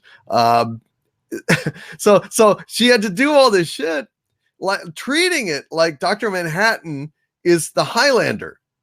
You see, like there can only be one. And so we have to take his power. It's the dumbest thing in the world. Fundamentally, Damon Lindelof is a dumbass who didn't understand Watchmen, didn't understand that you could have any number of Dr. Manhattans. It's not like, oh, he's got all the power in the universe. He's like some kind of battery. Just have your intrinsic field stripped, and then just put yourself back together, and you're in the club. That's it. That's it. Yes, because she could have figured it out after she was disassembled, I'm sure, because she's the smartest lady alive. And forget the fact that the reason Dr. Manhattan was even able to put himself together was that his dad teaching him how to put the watch back together over and over again. And it was just unique to him. But they made that character irrelevant. And the only time they gave flashbacks was Dr. Tulsa talking about being a child in 1937 when his dad was running from the SS because his dad was of Jewish heritage.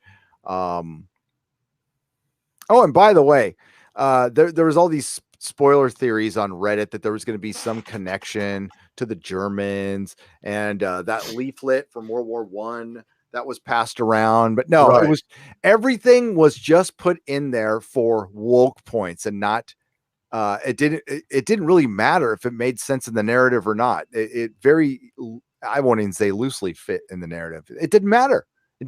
It was just a hodgepodge of wokeness, a woke smorgasbord. All you can woke buffet. Yes, exactly. That's even better. For $6.99 you can go back and just get that, but it was laughable how predictable it was. I predicted that Lady True, listen, I'm not Nostradamus, I'm sure a lot of people did, but it was pretty obvious that Lady True was the Ozymandias character. and she was going to try to kill Dr. Manhattan because they telegraphed everything in the stupid freaking story that Lori Blake told Dr. Manhattan that was supposed to be a joke. Remember, she said, "You want to hear another joke?" And then she tells a story that makes no fucking sense. She talks about a god judging some people, and then some girl walks. She starts it out by saying having a dad building a brick barbecue, and he forgets a brick. And then she tells another story, and then the girl from the previous story throws the brick that was left out in the air. And I know what Damon Lindelof was trying to say. I get it. I get it. It just wasn't funny, and it was dumb. It was just dumb. But Damon Lindelof thinks he's smart. So I don't want anybody to tell him different, because you might upset him. You might upset him. I'd like to upset him. I don't give a shit about upsetting him. He can go. Yeah. Poor kid, yeah, I'm not going to make, I came very close to making a personal insult. I don't do that here. So, Dixon Cider, Dixon Cider's here, everyone. A good friend of Mike Hunt, for $5. Greetings. I hereby sentence Wokemen to a combined liposuction from all the Kardashians as punishment. Wow. Combined liposuction from all the Kardashians. That's like harsh. Inserted, like not sucked out. It would be like lipo insertion or something. Lipo insertion. Oh my. That's vicious. So he gets, so Wokeman gets injected with Kardashian. Yeah. Well, they've had so much cottage cheese out of Chloe's thighs and put them right there, right up the old. Make it a giant bar of soap. That's what they should do. There you go. That's it.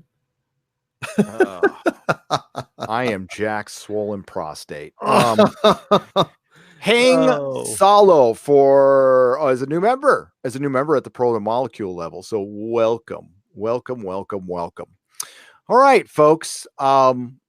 I am on a time limit tonight, and we have reached the end of the super chats. We have reviewed Watchmen, but I am very behind on my work because I've been enjoying the hell out of The Expanse, and it's been very nice, but it's time to get back to fracking Star Wars. And then when that's over, actually, we should talk about one thing before we go. Okay. We should. Star Trek. I promised we'd talk about Star Trek. Michael Chabon, Doomcock, was asked to leave. Yes, he left. Yes, he was. I think he was asked to. Yes, I believe he was fired. Okay, I've been told he was fired. So what happened to the showrunner of Star Trek Picard was he has been offered a TV adaptation of Cavalier and Clay, which is the book he wrote. A Pulitzer Prize winning author, Michael Chabon, and apparently he's with his wife. Did you know he was with his wife showrunning Star Trek Picard? Well, I'm glad he went to some source of expertise for the process. That's wonderful. I'm so delighted for him. That's great. So, what are your thoughts on this? So this is another showrunner. Another showrunner is gone. From another one bites the dust. I think that basically they cannot face up to the fact that the person they need to get rid of is Kurtzman, and the company they need to get rid of is Secret Hideout / Bad Reboot. And as long as they don't do those things, they can shuffle the personnel till the cows come home and Gabriel blows his horn, and it's not going to make a damn bit of difference. They are that dumb. I can't believe they're that dumb, Gary. Honestly. I can't either. I mean, there's being stuck in a contract, but listen, anywhere a bad robot person goes, it ends up costing you twice as much. I don't know about behind the scenes of Watchmen, if there's any reshoots, but there's been nothing but disaster with Alex Kurtzman's Star Trek. Oh shit, hang on. I didn't know that ad was on there. I got to get rid of that. Boy. Okay. So, anywhere Kurtzman, he starts Star Trek, he fires Brian Fuller, then he fires 2 more showrunners, then he takes over. There is in both seasons there's massive reshoots, right? And then they ran out of freaking money in the second season, and you can see it. They blew their wad in the first 5 episodes. So we get Star Trek Picard. Alex Kurtzman was clearly showrunner of that. We report that he has been removed from that position, and then Michael Chabon comes along and is announced as showrunner. A good 1/3 to what were they 1/3 or halfway through the season? Doomcock, I can't remember. I Star think Trek Picard season 1. I think that you mean in terms of shooting? Yeah, because they were well into the season when Chabon was announced. Oh yeah, no. Well, they had him basically, according to my understanding, reshoot the first 6 episodes. So I mean, he really worked on it. So they were way into it then. Oh, they were way into it. Yeah. And that's why what I'm hearing is that they were unable to fix it because well, it was too Kurtzmanized. It was just plain too Kurtzmanized. They couldn't do it. And that's what I heard as well. So well into production, they announced Chabon as a showrunner, and they tried to put it off as there wasn't really a showrunner before, and we just he's always been the showrunner. We just made it official. Although this is one of the most expensive shows we've ever shot, one of the most expensive shows on television, The Return of Jean-Luc Picard, and we just started it without a showrunner because they couldn't prove us right. So they had Alex Kurtzman run out and do a podcast with Deadline saying that he is still in charge of all of Star Trek, yet he wasn't in charge of Star Trek Picard. Now, the excuse was, oh, he's always there, but he's overseeing a lot of shows and he's overseeing the cartoons and stuff like that. Okay, fine. Who's the showrunner now? Because Michael Chabon, this wonderful, the return of Jean-Luc Picard. This is supposed to be the reason this show is here is because Star Trek Discovery wasn't a success. They needed something else. They needed more content, and they played the only card they had left in the deck.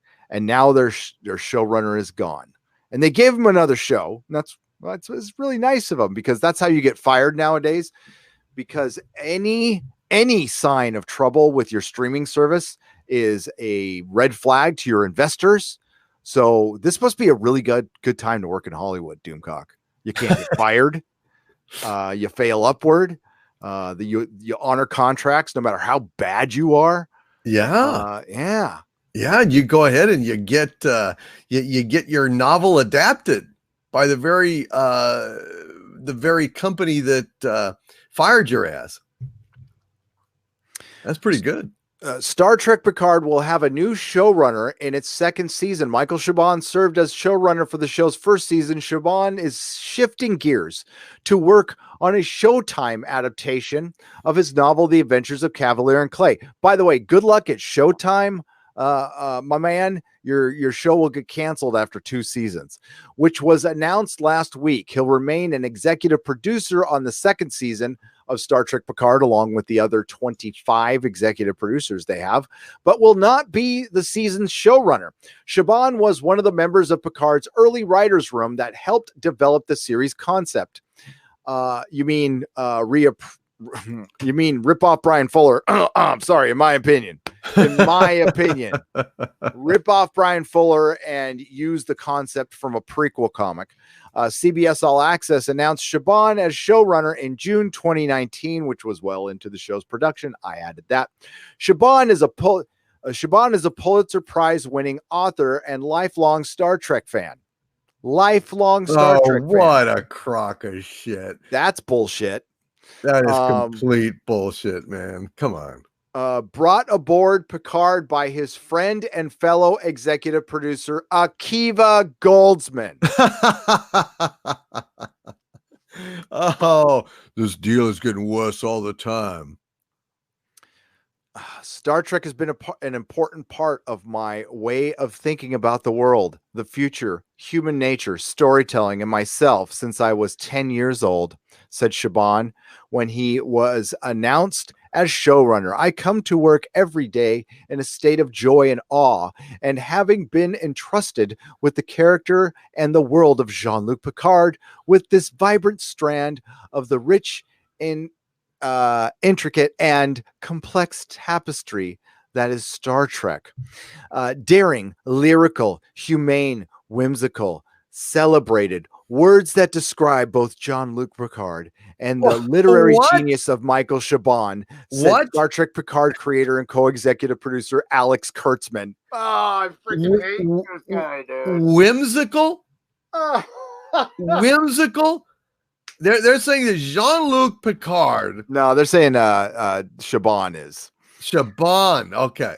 Yes. Because I thought they were trying to say who talks like this? I thought it said like Picard himself. Didn't it say in the it might. So imagine you're an interviewer and you go, "Hey, Mr. Alex Kurtzman, talk to me about Michael Chabon." And he puts the microphone in his face, and Alex Kurtzman goes, "Daring, lyrical, humane, whimsical, celebrated. Words that describe both Jean-Luc Picard," you're right, "and literary genius Michael Chabon." Who in the fuck talks like that? Nobody's sane, but also nobody says that about Jean-Luc Picard, who is not regularly engaged in flights of fancy. Whimsical. Not just occasionally able to let go and enjoy himself in some archaeological dig or lecturing about archaeological digs. Basically, the guy didn't have a whole lot of fun. I mean, he'd go out on the holodeck and be Dixon Hill, but that wasn't like, tiptoeing through the tulips and kicking his heels up in a fucking Dr. Pepper commercial from the 60s. I mean, it was a kind of a hard-boiled detective thing, and even in that he was pretty staid. So whimsical, no, not so much. That shows that they don't know what the fuck they're talking about. Okay, despite a laundry list of accomplishments most writers only dream of, Michael shines with a heart and a soul of a Trekkie who's finally found his dream job and then left it. We're so fortunate to have had him at the helm as we explore the next chapter in the great captain's life. CBS All Access has not officially renewed Star Trek Picard for a second season, but Patrick Stewart and other producers have discussed the multi-season plan for the show. Stewart suggested filming on the second season of the series could start as soon as March. Now, I will add what my other insider has told me, which was that this is up to Patrick. As far as season 2 and 3, there's a possibility of it filming back to back. Again, I mean, I don't know. This is hearsay. This is rumor, not a fact, not anything. I'll just say there's somebody I know who works for CBS. But they're not like right there on the set. Okay. They hear office scuttlebutt and stuff. So it could be just office scuttlebutt. I'll tell you that right now. But this is the person who told me that the short treks were being watched by literally no one. Like fracking no one. like half of what they thought. And again, no exact numbers because he doesn't know. It's just he hears office scuttlebutt and stuff. So, but they are actively, obviously. I mean, I even heard this stuff at Tesla. You're not supposed to talk to media, no leaking, watch your step, and don't talk to the press, and blah blah blah. So. I heard I've heard from one insider that he was fired, and I heard from another that he quit. Oh, really? Yes. So different conflicting stories on that one, but interesting. It wasn't like, hey, I came here to do one season of television and now I'm done. My work is done. My work is done. I got my dream job. I love getting my dream job and leaving after a year. Yeah. Well, maybe you wouldn't. Maybe that would be viewed as something of a failure. Don't you think? Maybe. Yep. Oh, my God. I guess it could be said that he was offered to adapt his own book. And I'll tell you right now. So have they greenlit Cavalier and Clay? Have announced this week he'll remain. It says he served as showrunner, shifting gears to work on Showtime adaptation of Cadillac. So I want to see what the wording is on that. Right, because it could be development. Yeah, to work on it doesn't necessarily mean it will ever see the light of day, of course. Yes. Showtime is developing a new series based on celebrated novel, The Amazing Adventures of Cavalier and Clay, by author Michael Chabon. Variety reports the series will see Chabon as an executive producer. Chabon, and they refer to a comicbook.com article. Chabon was already working on CBS All Access. It's Golden Age. I do not see greenlit. Besides Cavaliers, yeah, it's in development. So that is not a done deal. Just so you know. Oh dear. Well, maybe he's not really made out so well after all. No, now maybe not. Now Showtime is, I believe, CBS. That's all. That's CBS and Showtime. Is it Showtime? Yeah, Showtime. That's where they get a lot of their subscribers on CBS All Access. They count the Showtime subscribers for one. Last count was 8 million. Last count. Showtime's got nothing to do with CBS All Access. Nope. And last count was 8 million, counting those Showtime subscribers. Disney Plus got 10 million in one day. And that is still woefully behind the 140 plus million Netflix has worldwide. Amazon Prime has never released its numbers, but I'm sure it's much higher than that. And HBO Max across all platforms. Now, this is a key term here. HBO has HBO Now, HBO Go, HBO itself. And now they're going to have the HBO Max across all platforms. They say they have 140 million subscribers worldwide as well. But you have to take all of these companies at their word. Right. Because they're all fucking liars and they're never going to tell us. So we'll see. But I think there's a pretty easy way to judge the success of a show. You look at the interest on YouTube. You look at the interest on Twitter. Certainly there are enough people watching Watchmen to make it trend #1 on Twitter. But here in the States, with DVR and overnight ratings, it gets about 1.5 million views. HBO was out there trying to push that 7 million people were watching this each episode across all platforms. So that is everywhere on the planet Earth. But that's not 7 million people here in the States. That's planet Earth. By the way, Doctor Who gets better ratings than that in the UK alone. Even the shitty Doctor Who. Wow. Yeah. So, which is coming up soon. So, Chabon either was fired or he quit. It doesn't really matter. He's gone. But everything's great. Star Trek is more successful than ever. Doomcock. Oh, sure. It's sure thing.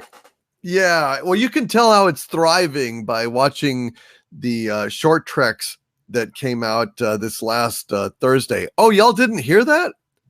Did y'all not hear that the short treks came out? Nobody really heard that because nobody cares. Nobody's paying attention. Nobody. It's not relevant. And I can tell you that they stunk. From what I've heard, oh my God, they stunk.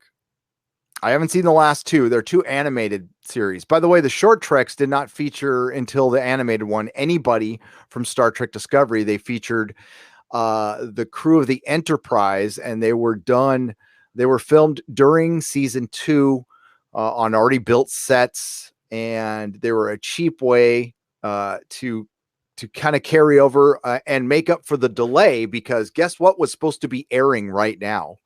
Star Trek Picard.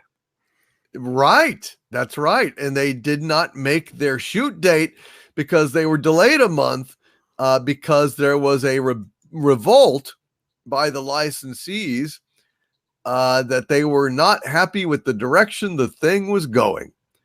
Allegedly, according to rumor. However, if that was not the case, if everything was hunky-dory with all the licensees, then why were they delayed a month from their shoot date? It's just very ironic that this was reported around the time that things were suspended over there. So what really happened, Gary?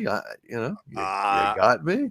I know. All I know is I talked to a couple people prior to con. I talked to a couple people at Star Trek Las Vegas. I talked to, and I mean San Diego Comic-Con, where they released all the Star Trek information, and then at Star Trek Las Vegas, where people paid, by the way, a lot more to go there than Comic-Con costs like $250. You know, if you, I mean, they don't scalp tickets. If you were lucky enough to go, it's like $250, $300.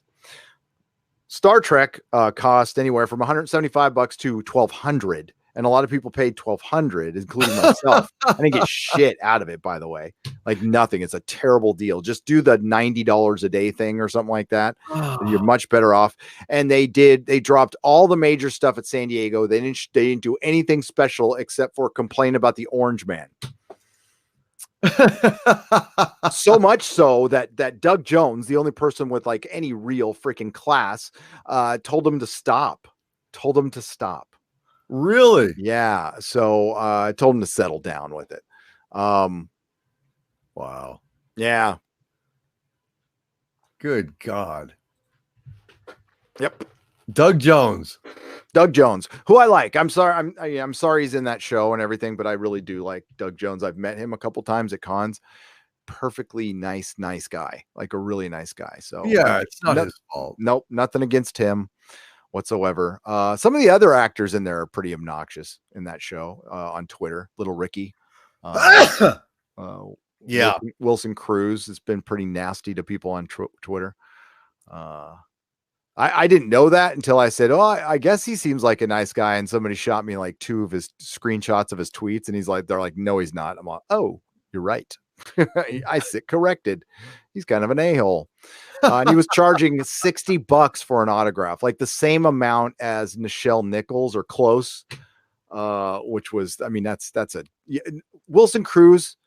Everybody from Star Trek Discovery, if you wanted to be popular with people, you should have been giving away your autographs for free, walking around, shaking hands, kissing babies, giving people hugs, or at least taking pictures with your little Keanu Reeves hands. And they weren't doing that. And honestly, so I can't wait for you to go to a Star Trek convention. Yeah, really. Well, dude, I was, if I get pulled aside a lot, and Mecca was getting pulled aside a lot, and so was Tom. And Tom barely, at the time, he wasn't putting his face on the screen that much, and Rob barely did. They got recognized. Yeah, it was very interesting. It was very interesting to hear from people who were in Discovery uniforms still saying they like, some of them said you're a little hard on it, but I understand what you're saying. So, well, nice to hear. Yeah, that's kind of amazing. Very I'm surprised, frankly. It kind of fired me up a little bit. Good job today, guys, says Adam Child for $1.99. Thank you, Adam. I appreciate it. Kyle Johnston for $2. After party at Doomcock's channel. I think you're going to, yeah. 200 Watt Studio says you missed a bunch of super chats. If I did, I'll go and see how many there are. I got some time left. So yeah, thank you, 200 Watt Studio. I bet you it jumped on me. Doomcock, it does that. It might have. Trooper Bear 200 Watt Studio. Thank you again. I appreciate that. Trooper Bear FN 2525 for $2. I'm whimsical. Dang it. I'm whimsical. I'm whimsical. I shan't be accused of being staid. Make it snow. Ha ha ha. I'm sorry. A Slayer named Buffy. Hail. We love Buffy. Yes. $1.99. Execute Order 1977 and Solo lost money. Hail and good night. Solo lost money. No doubt about it. Don't forget that. Hashtag Solo lost money. A Slayer named Buffy for $14.99. For a good sci-fi toxic space opera, check out Peter F. Hamilton's books, Pandora's Star and Judas Unchained on Audible. Starts slow and a big cast, but good payoff at the end. Hail and good night. That's interesting. I have heard of that. So, and you're not the first person who's told me that, Slayer named Buffy. So thank you. I appreciate. I love the suggestions, Doomcock. If it wasn't for that, I wouldn't have jumped on the Farscape and right.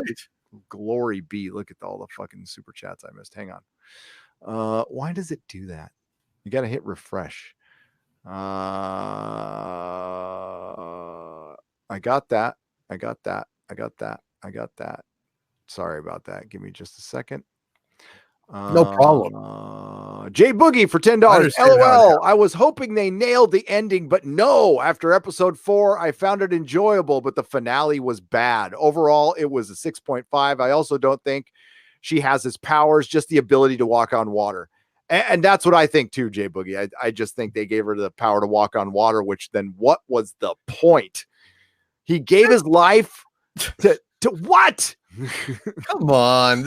He gave her just the power to walk on. So what? He's got like little chits, little like markers, and he can just go ahead and divide them up the way he wants to. That's just even stupider than I can't even imagine how stupid that is. Come on. That's nuts.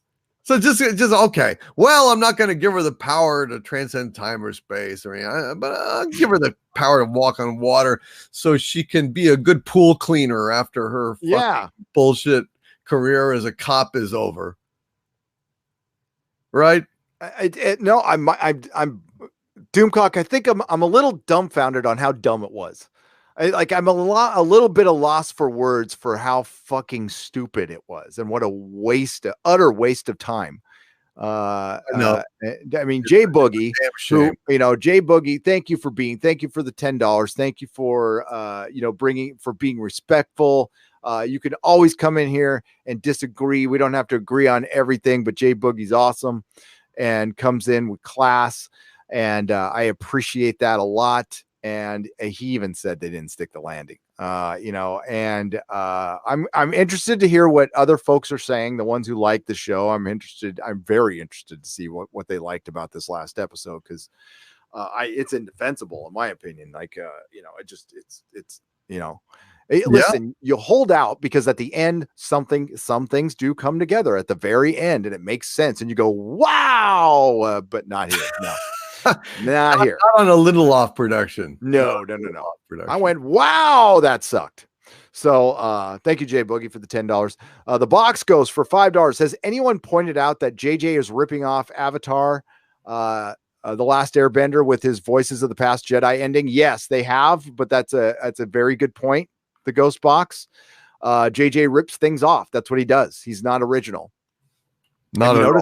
JJ doesn't write and you don't see written and directed by J.J. Abrams. You didn't see Kevin Feige chasing down J.J. Abrams to direct a MCU film, did you? Yeah, no. I'm not saying that it's pinnacle, but he got stuck with him. He did. Nettled Nerds for $5. Hail Lords, I feel like the people who look back on woke culture like the mullet will be like, what was I thinking? What was I thinking? I'm so stupid. So lost money. Solo lost money. Get woke, go broke. Yes. The SJWs and woke culture are the mullet. They are.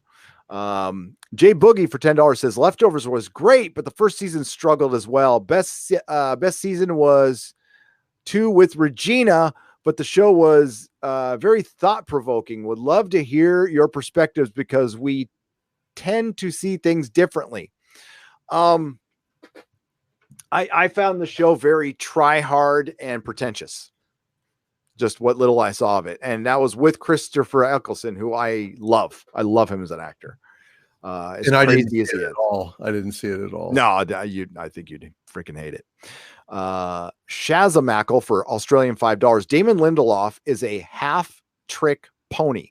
He takes half of what someone else has created and ruins it. That's great. Some Nobody for $2. This is the fated week in it. Star Wars dies. Is this the week Star Wars dies? No, that was 2 years ago. Yeah. 2 years ago with The Last Jedi. This is just them pissing on the corpse and sodomizing it. That's all. I think that's really what it is at this point, don't you? Yes, absolutely. No, it's Star Wars is you're just not even kicking the dead horse. You're, like you said, you're peeing on it, throwing a little dirt on it, and maybe spitting.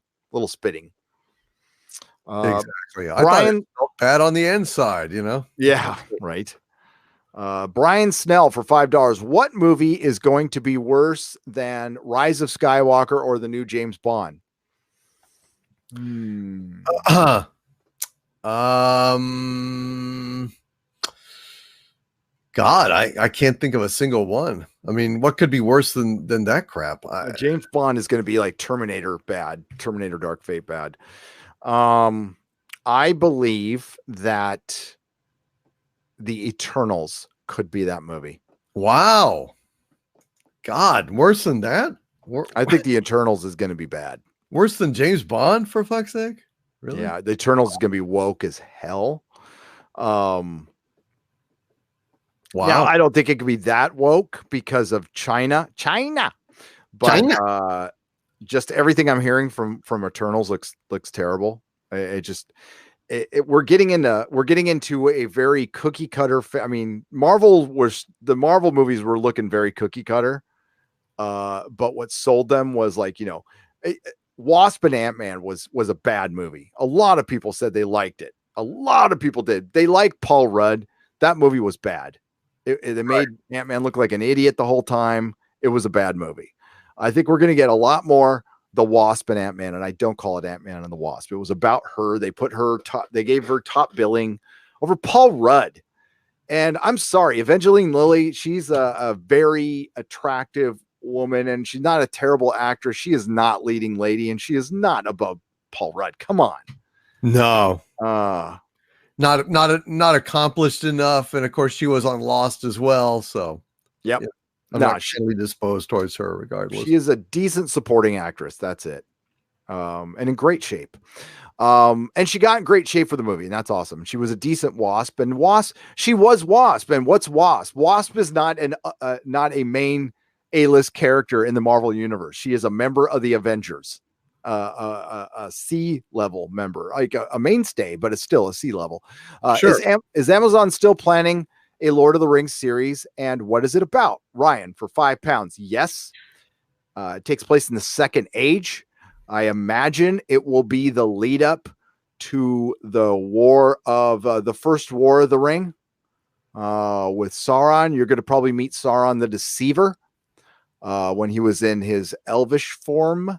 Because he used to be a shapeshifter, so they might go it's supposed to take place in the Second Age. I don't know how linear it will be, because if they did that would have to go back thousands of years, and then you'd have to skip ahead to Elendil, Isildur, and I was thinking it would lead up to the first War of the Ring, but they might show some stuff way in the past, and the Second Age is like thousands of years. So that's what I heard, but we'll see. I don't know. They lost a cast member, and it's being showrun by the two guys who are writing Star Trek 4. Well, allegedly writing Star Trek 4. Allegedly writing. I mean, Star Trek. Is that even? Well, they may have commissioned a script. That doesn't mean it's greenlit again. No, the defunct Star Trek 4, not the new one. Okay. Yeah, the one where Chris Hemsworth was supposed to come back. They wrote that, and they were writers for that. And I think they were supposed to. No, they weren't going to direct, because it was going to be directed by. Oh, I forgot her name. She directed the Game of Thrones prequel that got canceled. Okay. Crazy Pineapple for $10. Hail Gary and my liege. Force voices are telling Race Solo lost money. We love Baby Yoda. Epstein didn't kill himself. Without respect, we reject. Cancel Jeremy. The Force is the fandom menace. Oh, I like the Force is the fandom menace. I love that. Yes. The Force is the fandom menace. The Force is fandom. There's a lot of great stuff like that out there. We really are making an impact. And anytime you guys are despairing, just remember that Hollywood is noticing us now. The fact that they are attacking us so viciously means that basically we're winning. Should think about that. My Star Trek insider said he wouldn't go so far as I forgot how he put it. The fandom menace is almost the talk of Hollywood. Really? Right now. Like it's on a lot of people's minds. There's a lot of people who are aware of the fandom menace, and that's you guys. The strength in numbers. Our numbers are huge. I never really thought about how many people are possibly in the fandom menace. All I can guess is a lot. I wouldn't know what number to put on it though. But it's enough to make a $1 billion company change course. So Are they going to change course? we'll see. I don't think they'll ever fully change course. Nah, I don't think Yeah. Hollywood's capable of that. That's what I'm worried about, you know. Yep. But they need to cut this shit out. I mean, they need to. They really do. So They do, and that's a good start. But then we also want, you and I would like good entertainment too. You can't just taking woke out of everything is not going to solve all your problems, and it's not going to be okay. I need to be told a good story too. Yeah. How bad do you think Disney will cook the books to make The Fall of Skywalker look like a hit? Pretty bad, Eric. I think they're willing to. I Yep. mean, I think they would view that as something that would be potentially even more damaging if it were known than just the mere financial loss. But I don't know, man. Keeping all these things secret and lies is it's going to get expensive. And beyond a certain point, I mean, you're kind of deceiving your own stockholders as well as the public. So you need to kind of walk that line very finely, because you could get in some very deep shit that way. Yes, you are correct, sir. You are correct. Jedi Slayer for $99.99. Thank you. This amount is better than the budget of The Fall of Soywalker. Yes, it is. And hopefully, I dare I say that this live stream is more entertaining than The Fall of Skywalker will be. So I think so, unless you like disasters and are just going to laugh your ass off the whole time. It really, I mean, they're trying to slip humor in anywhere. Did you see that recent clip where they, land the ship on the deck of wherever they are, and they get out and pew pew, they get shot at, and it says, where are we going? And Finn says, I don't know. And they says, follow me. Get it? No, I'm sorry. Who says follow me? Finn. Oh, Finn. Oh, I don't know. Follow me. Oh, really? Yeah, you didn't see that? I didn't see the clip. No, I haven't seen the newest clip. That got released, I guess, yesterday, or was it? Yeah, I shut out Star Wars out of my life yesterday because I was watching The Expanse. I've also been super distracted with something else going on prior to that, but I will watch it. I wish I could show it. I will definitely watch it. So is it like the Disney humor that they're putting in everything? Like they're just jokes desperately trying to make it seem fun. And, it's not really, I don't know. It wasn't funny. I do think that's the thing they kind of took to heart, because that's the one thing that's resonated through all the criticism of the Last Jedi, with the people who were pissed at it for being woke or not. Star Wars isn't fun. It hasn't been fun. It wasn't fun in The Force Awakens. The Force Awakens was a trick. It was a trick on a lot of people. It worked on some, didn't work on others. But I told you, I recently rewatched it. It's as bad as The Last Jedi. It is absolutely as bad as The Last Jedi. It's dumb. I think people would just wanted. JJ delivered. It felt like a trailer. It felt like a 2-hour trailer. There's no connective tissue between the scenes. You get Poe Dameron talking to Max von Sydow, and we get this big lead to a map, and it's like, who gives a fuck? I mean, like a map, and you spend a whole time going after Luke. And how in the fuck did she Jedi mind trick somebody after just hearing about the Force like a few minutes ago? She's that good. She's that good. She is. I've never done a review of The Force Awakens on my channel or anything, but I'm going to watch The Last Jedi because I've only watched it once.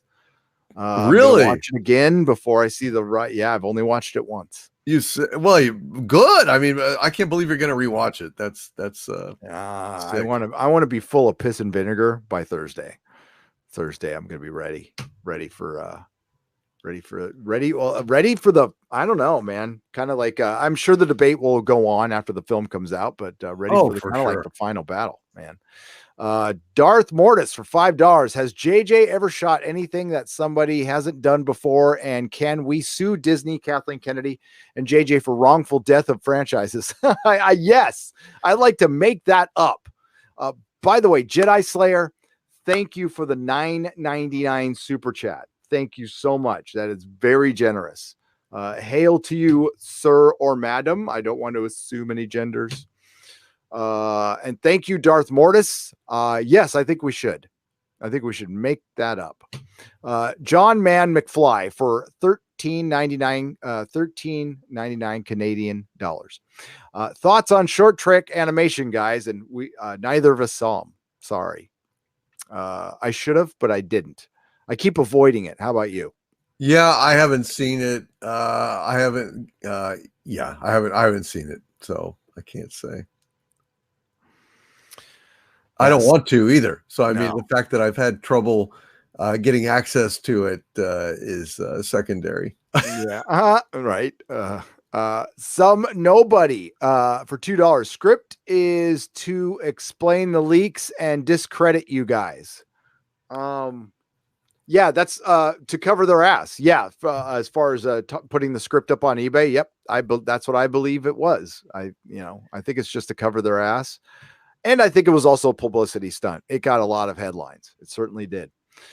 Hail, my lords. A bad reboot can't swallow Trek canon because to them it's a rotten berry. Grapes of wrath of the fans must be so much tastier. Says KBDN for 100 rubles. Yes, I do believe they feast on our frustrations at this point. They must. Siberius for $2. They're called okay. The Devari, how do I pronounce this? Devronians.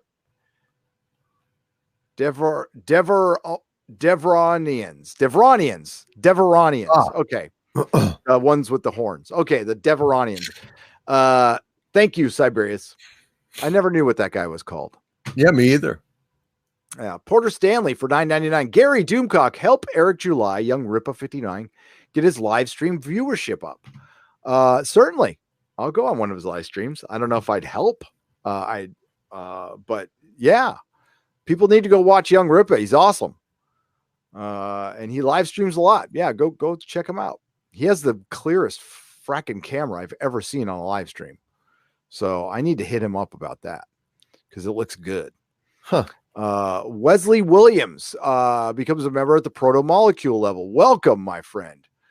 200 watt studio for $2. Secret Skywalker, Admiral Holdo Skywalker. No, no.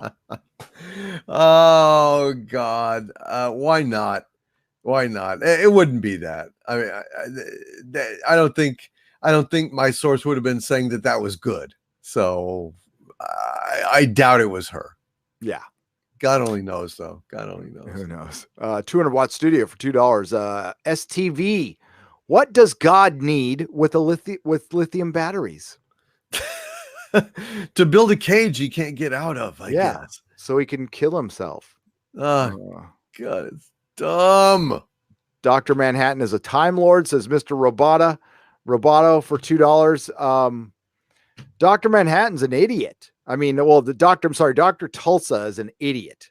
200 watt studio for $2. Brand good for a healthy colon and Game of Thrones. Brand good. Oh, gotcha. Brand good for a healthy colon and Game of Thrones. Well, I get you there. For either, really. No. Bran in Song of Ice and Fire books is excellent and a well-developed character. Really? And you feel like he's been in the cave a good long time, and they cut a bunch of the cave stuff out that frustrated the shit out of me. But Bran, you could tell, well, they tell you the entire book that Bran is like the most important character in the book. Jojen says it. You are the most important thing in this story. So they treat him like that in the books. They just didn't do that in the show. Skipping an entire season and then making him fucking king. That's retarded. Wes Angels for 88. Wes Angels 88 for $2. Hail Nerdrotic, I sent you an article about Wokemen. I got it.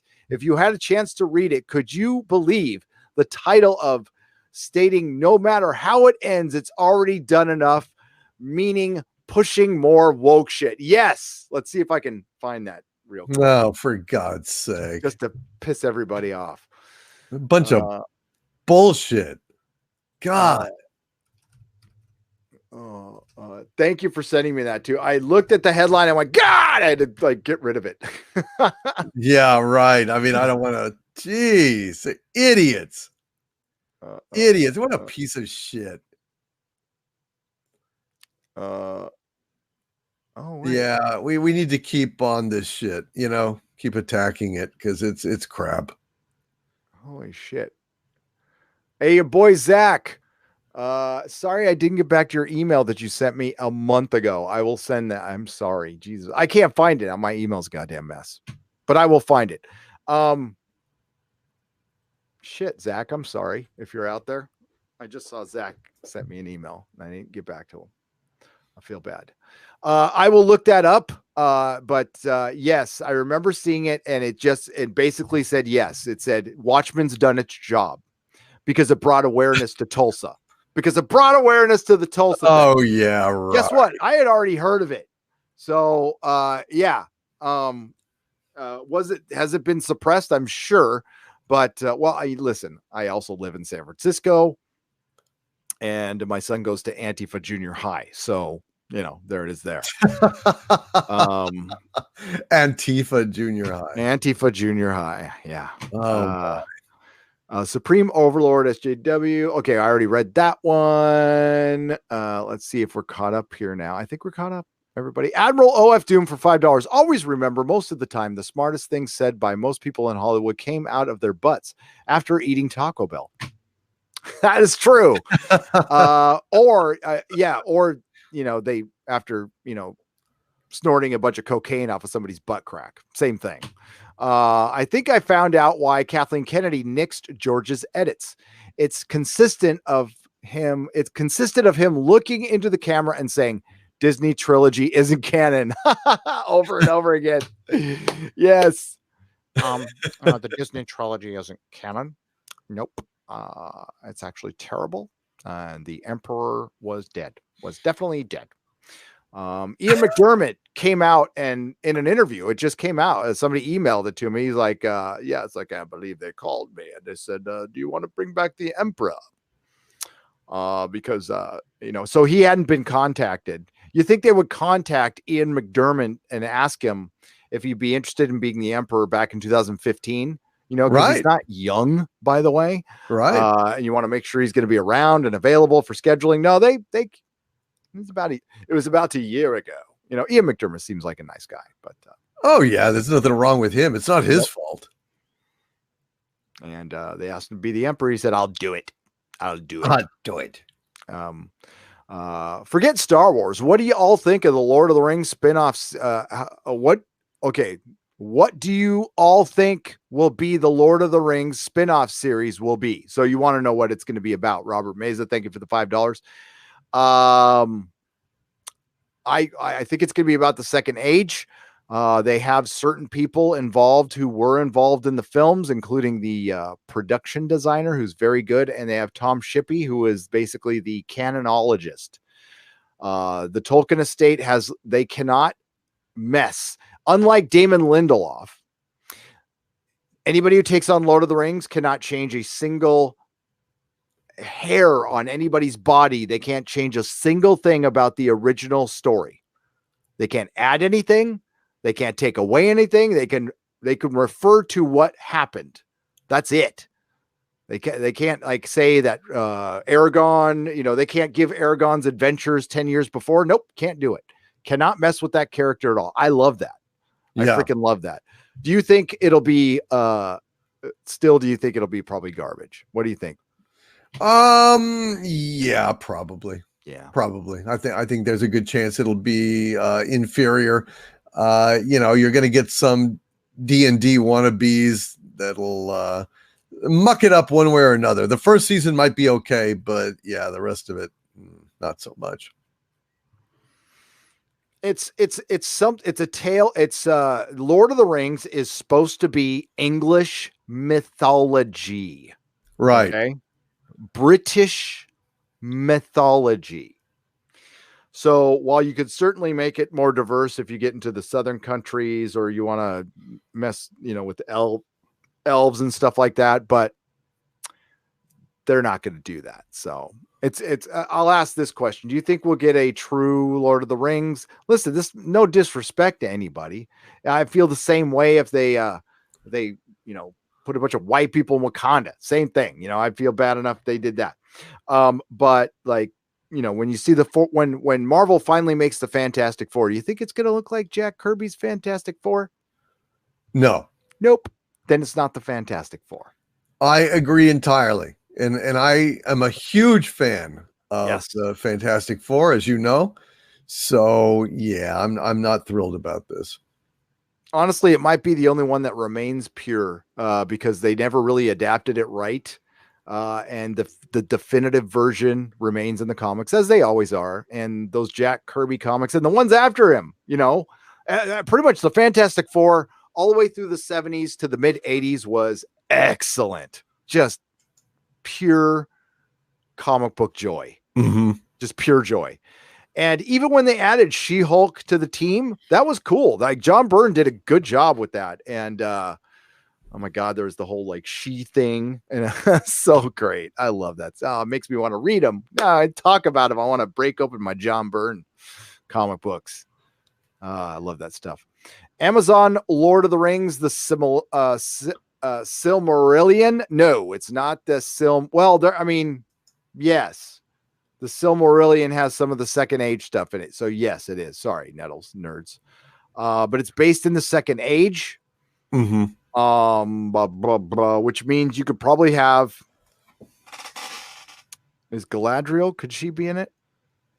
You can't have Gandalf. No. Gandalf was not around. Well, he was poking around, but he was not in Gandalf's form. See, Gandalf is a starry, so he's like an angel. And he came down, and all the wizards came down and were in the bodies of old men, so they wouldn't be as threatening, and they weren't supposed to use all of their powers. They weren't supposed to use their powers to gain power. They were only supposed to use it to assist and suss out the whole one, Sauron. That's the whole point they were there, is to get the One Ring and all that stuff. And because there's free will and stuff. And listen, there's Lord of the Rings experts that are way better than me that can answer that stuff. Men of the West, great channel. Go check it out. That's a great channel for just like pure LOT, basic lore. If you want to get caught up on some Lord of the Rings stuff, it's a good channel. Right. Yeah, I think it's just Second Age. And I was thinking it would be a lead up to the first War of the Ring. That would be very expensive, but this is going to be the most expensive television show in the history of television. So officially, or yeah, what's it going to be? Okay, let me dial that back. The rights cost $500 million. Oh, no way. Yeah. Oh, no way. Are you kidding? $500 million for like no way. Yeah. And they could lose them if they don't put the show in production in a certain amount of time. They revert back to the Tolkien estate. No way. $500 million? It was like they're $500 million. No. Lord of the Rings show. Lord of the Rings. For the rights to all of Tolkien's stuff. Amazon show. Yeah, so they could do like really expensive. With the Lord of the Rings series. Is that it? Yeah, $1 billion budget. Well, that's insane. $1 billion, most expensive show of all time.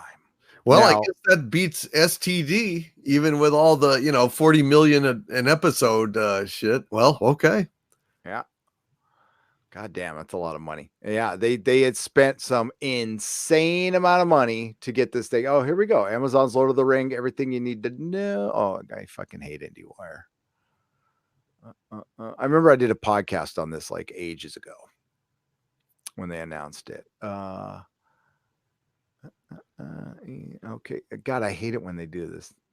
It's actually a prequel series. Yes, it is. It's a prequel series. That's all we know. In the Second Age, an age that spans 3,441 years. So I hope that narrows it down for you. Thank you, Robert Meza, for $2. Thank you for your support. Admiral OF Doom, thank you. Supreme Overlord SJW for $2. Did you read both of my super chats? Amazon Lord of the Rings Silmarillion. I didn't know we got a second one. I'll go up and check. I'm not sure. I can't remember now. Admiral SJW Overlord DVD. I must correct you. Yep, we read that one. I didn't know there was one before that. Oh, here we go. Gary, SJW's probably bust a nut to the episode of Watchmen. Yes, I actually, I said that. Actually, Gary, I busted several. That you're using my quote. Okay. Thank goodness for the temperature controlled safe in my office. I'm all about zero waste. Well, that's good. So you busted a nut and you saved it. Thank you, Supreme Overlord SJW. Well, that's very good of you. And now there'll be a bunch of little Supreme Overlord SJWs running around. Do you have a cleaning woman? Yeah. Do you have a cleaning woman? Is she Vietnamese and smarter than you? Oh God. All right. So I got to cut this one. If I missed any super chats. Oh, wait, I see one right now. Jeffrey Wolf. Want to see Doomcock at San Diego Comic-Con panel for $2. That reminds me. Thank you. It's not at San Diego Comic-Con, but I think we could have a Fandom Menace panel at one of the smaller cons, and I'll get back to you on that because it's something I talked about with somebody about a week ago when I went to my television interview. But yes, I think we could see Doomcock at San Diego Comic-Con. What do you think, buddy? Could be.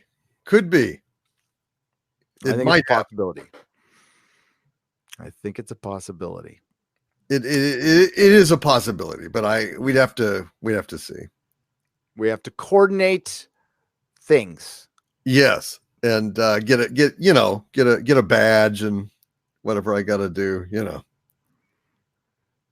Well, I got a place. What I'm going to do this year, I'm just going to Airbnb it. Oh, really? I had a chance to do it last year and I didn't, but yeah, there's a place I got an eye on in Pacific Beach. It's like right on the beach. It's a house.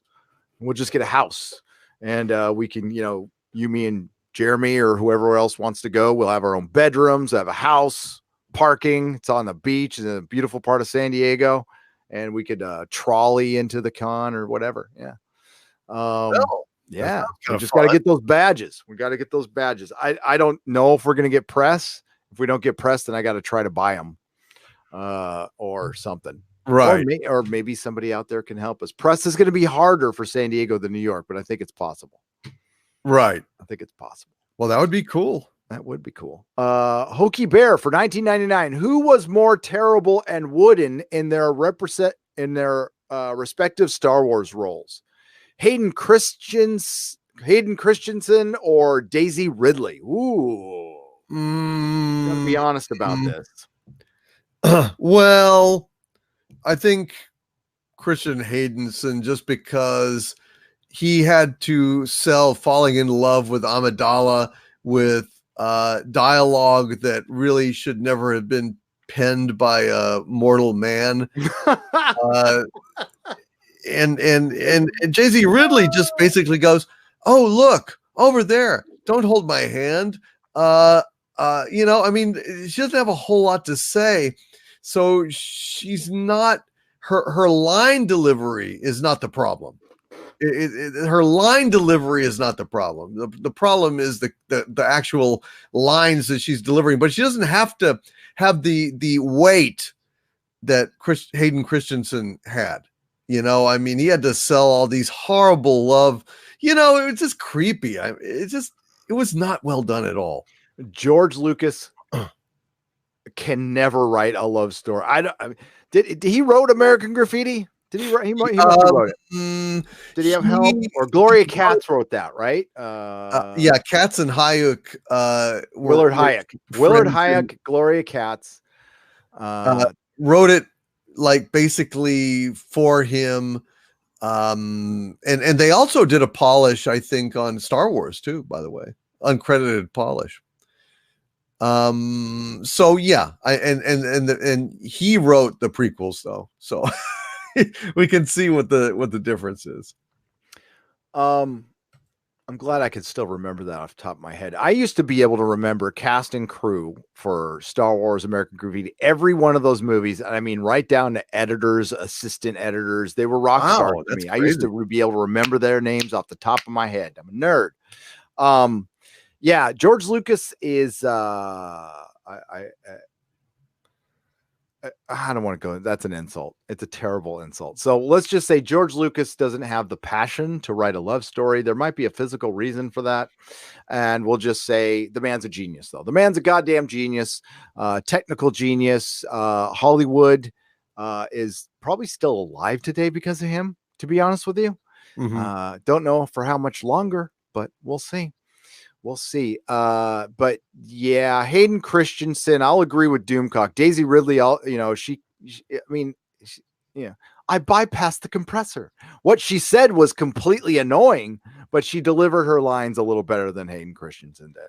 Because she didn't have the emotional challenges that he did. Yes, he had major emotional challenges, and he never, I'm sorry, I know there's prequel fans out there, never really bought the dark side turn. It never felt anything other than a little cringy. Right. It just didn't. Now Anakin in the Clone Wars, that's good. That's good stuff. I'm not crazy about Clone Wars animation, but the storytelling was pretty cool. Yeah. And I really like the animated Clone Wars by the Samurai Jack guy. I thought those were very cool. Only the fandom menace can stop the woke politics of the left-wing propagandists who have hijacked our classic mythology. The fandom menace is vital for promoting quality entertainment and preventing the culture 9 to 9. Hashtag 9 to 9. I love that. 9 to 9. 9. Agree. Execute Order 77, hashtag Solo lost money, hashtag 9 to 9. Some nobody for $2 says, oh shit, got my DXC, got my dick shamed. Lucas freaking vicious. Got my dick shamed. Lucas freaking vicious. Thank you, some nobody for $2. Doomcock, please plug your wonderful channel and your Patreon too. Thank you, my friend. My channel is youtube.com/overlorddvd. Please consider subscribing if you have not already. We need you. Plus, people get unsubscribed every single day, so check to make sure you are subscribed. And my Patreon is patreon.com/doomcock. A lot more videos are going to be posted there natively from now on, as well as some videos I removed from my channel because of YouTube's coming rules and so on and so forth. And also subscribestar.com/doomcock as well. We'll have the same content on it. Thanks, Gary. Dude, thanks for coming on. Thanks for putting up with Watchmen with me. I love the Inquisition. It's my favorite show. We will be back on Doomcock's channel next week at 6 o'clock, back to the normal time. So 6 o'clock, a little earlier for everybody. Talking about, that's the week after Rise of Skywalker. So you might want to tune in to the next Inquisition. It is going to be hot, folks. We are going to crucify this thing. We'll both have seen it by then. We will be talking together and it will be gold. It will be just, it's going to be fun. Fun. So check it out, guys. And I had a fun time tonight after I had to, of course, watch Wokemen, which was supremely painful, but I'm glad we got this out of our systems. Yeah. And thanks for doing The Expanse earlier on your channel. We talked about The Expanse for a couple hours. It was a lot of fun. It was a great show. Absolutely. So, check out Doomcock's Twitter for the link, and I'm sure it'll be on the Harvey channel soon. So I'm going to be working on, after this, I got to finish a video because I haven't put one out in a couple days and got to keep the algorithm happy. As far as the Nerdrotic Nooner tomorrow, if I missed any super chats, I'll make them up then. It'll pre later in the afternoon because I have 2 videos to work on. And after I'm done with that, I have Doctor Who and Star Trek to tackle. So God, yeah, I got a lot of work to do. And then there's, of course, Patreon commitments and stuff. And what is coming? Oh, so Thursday, the 19th, if you're in the San Francisco Bay Area, I am going to see The Rise of Skywalker at the Cine Arts Empire in West Portal. So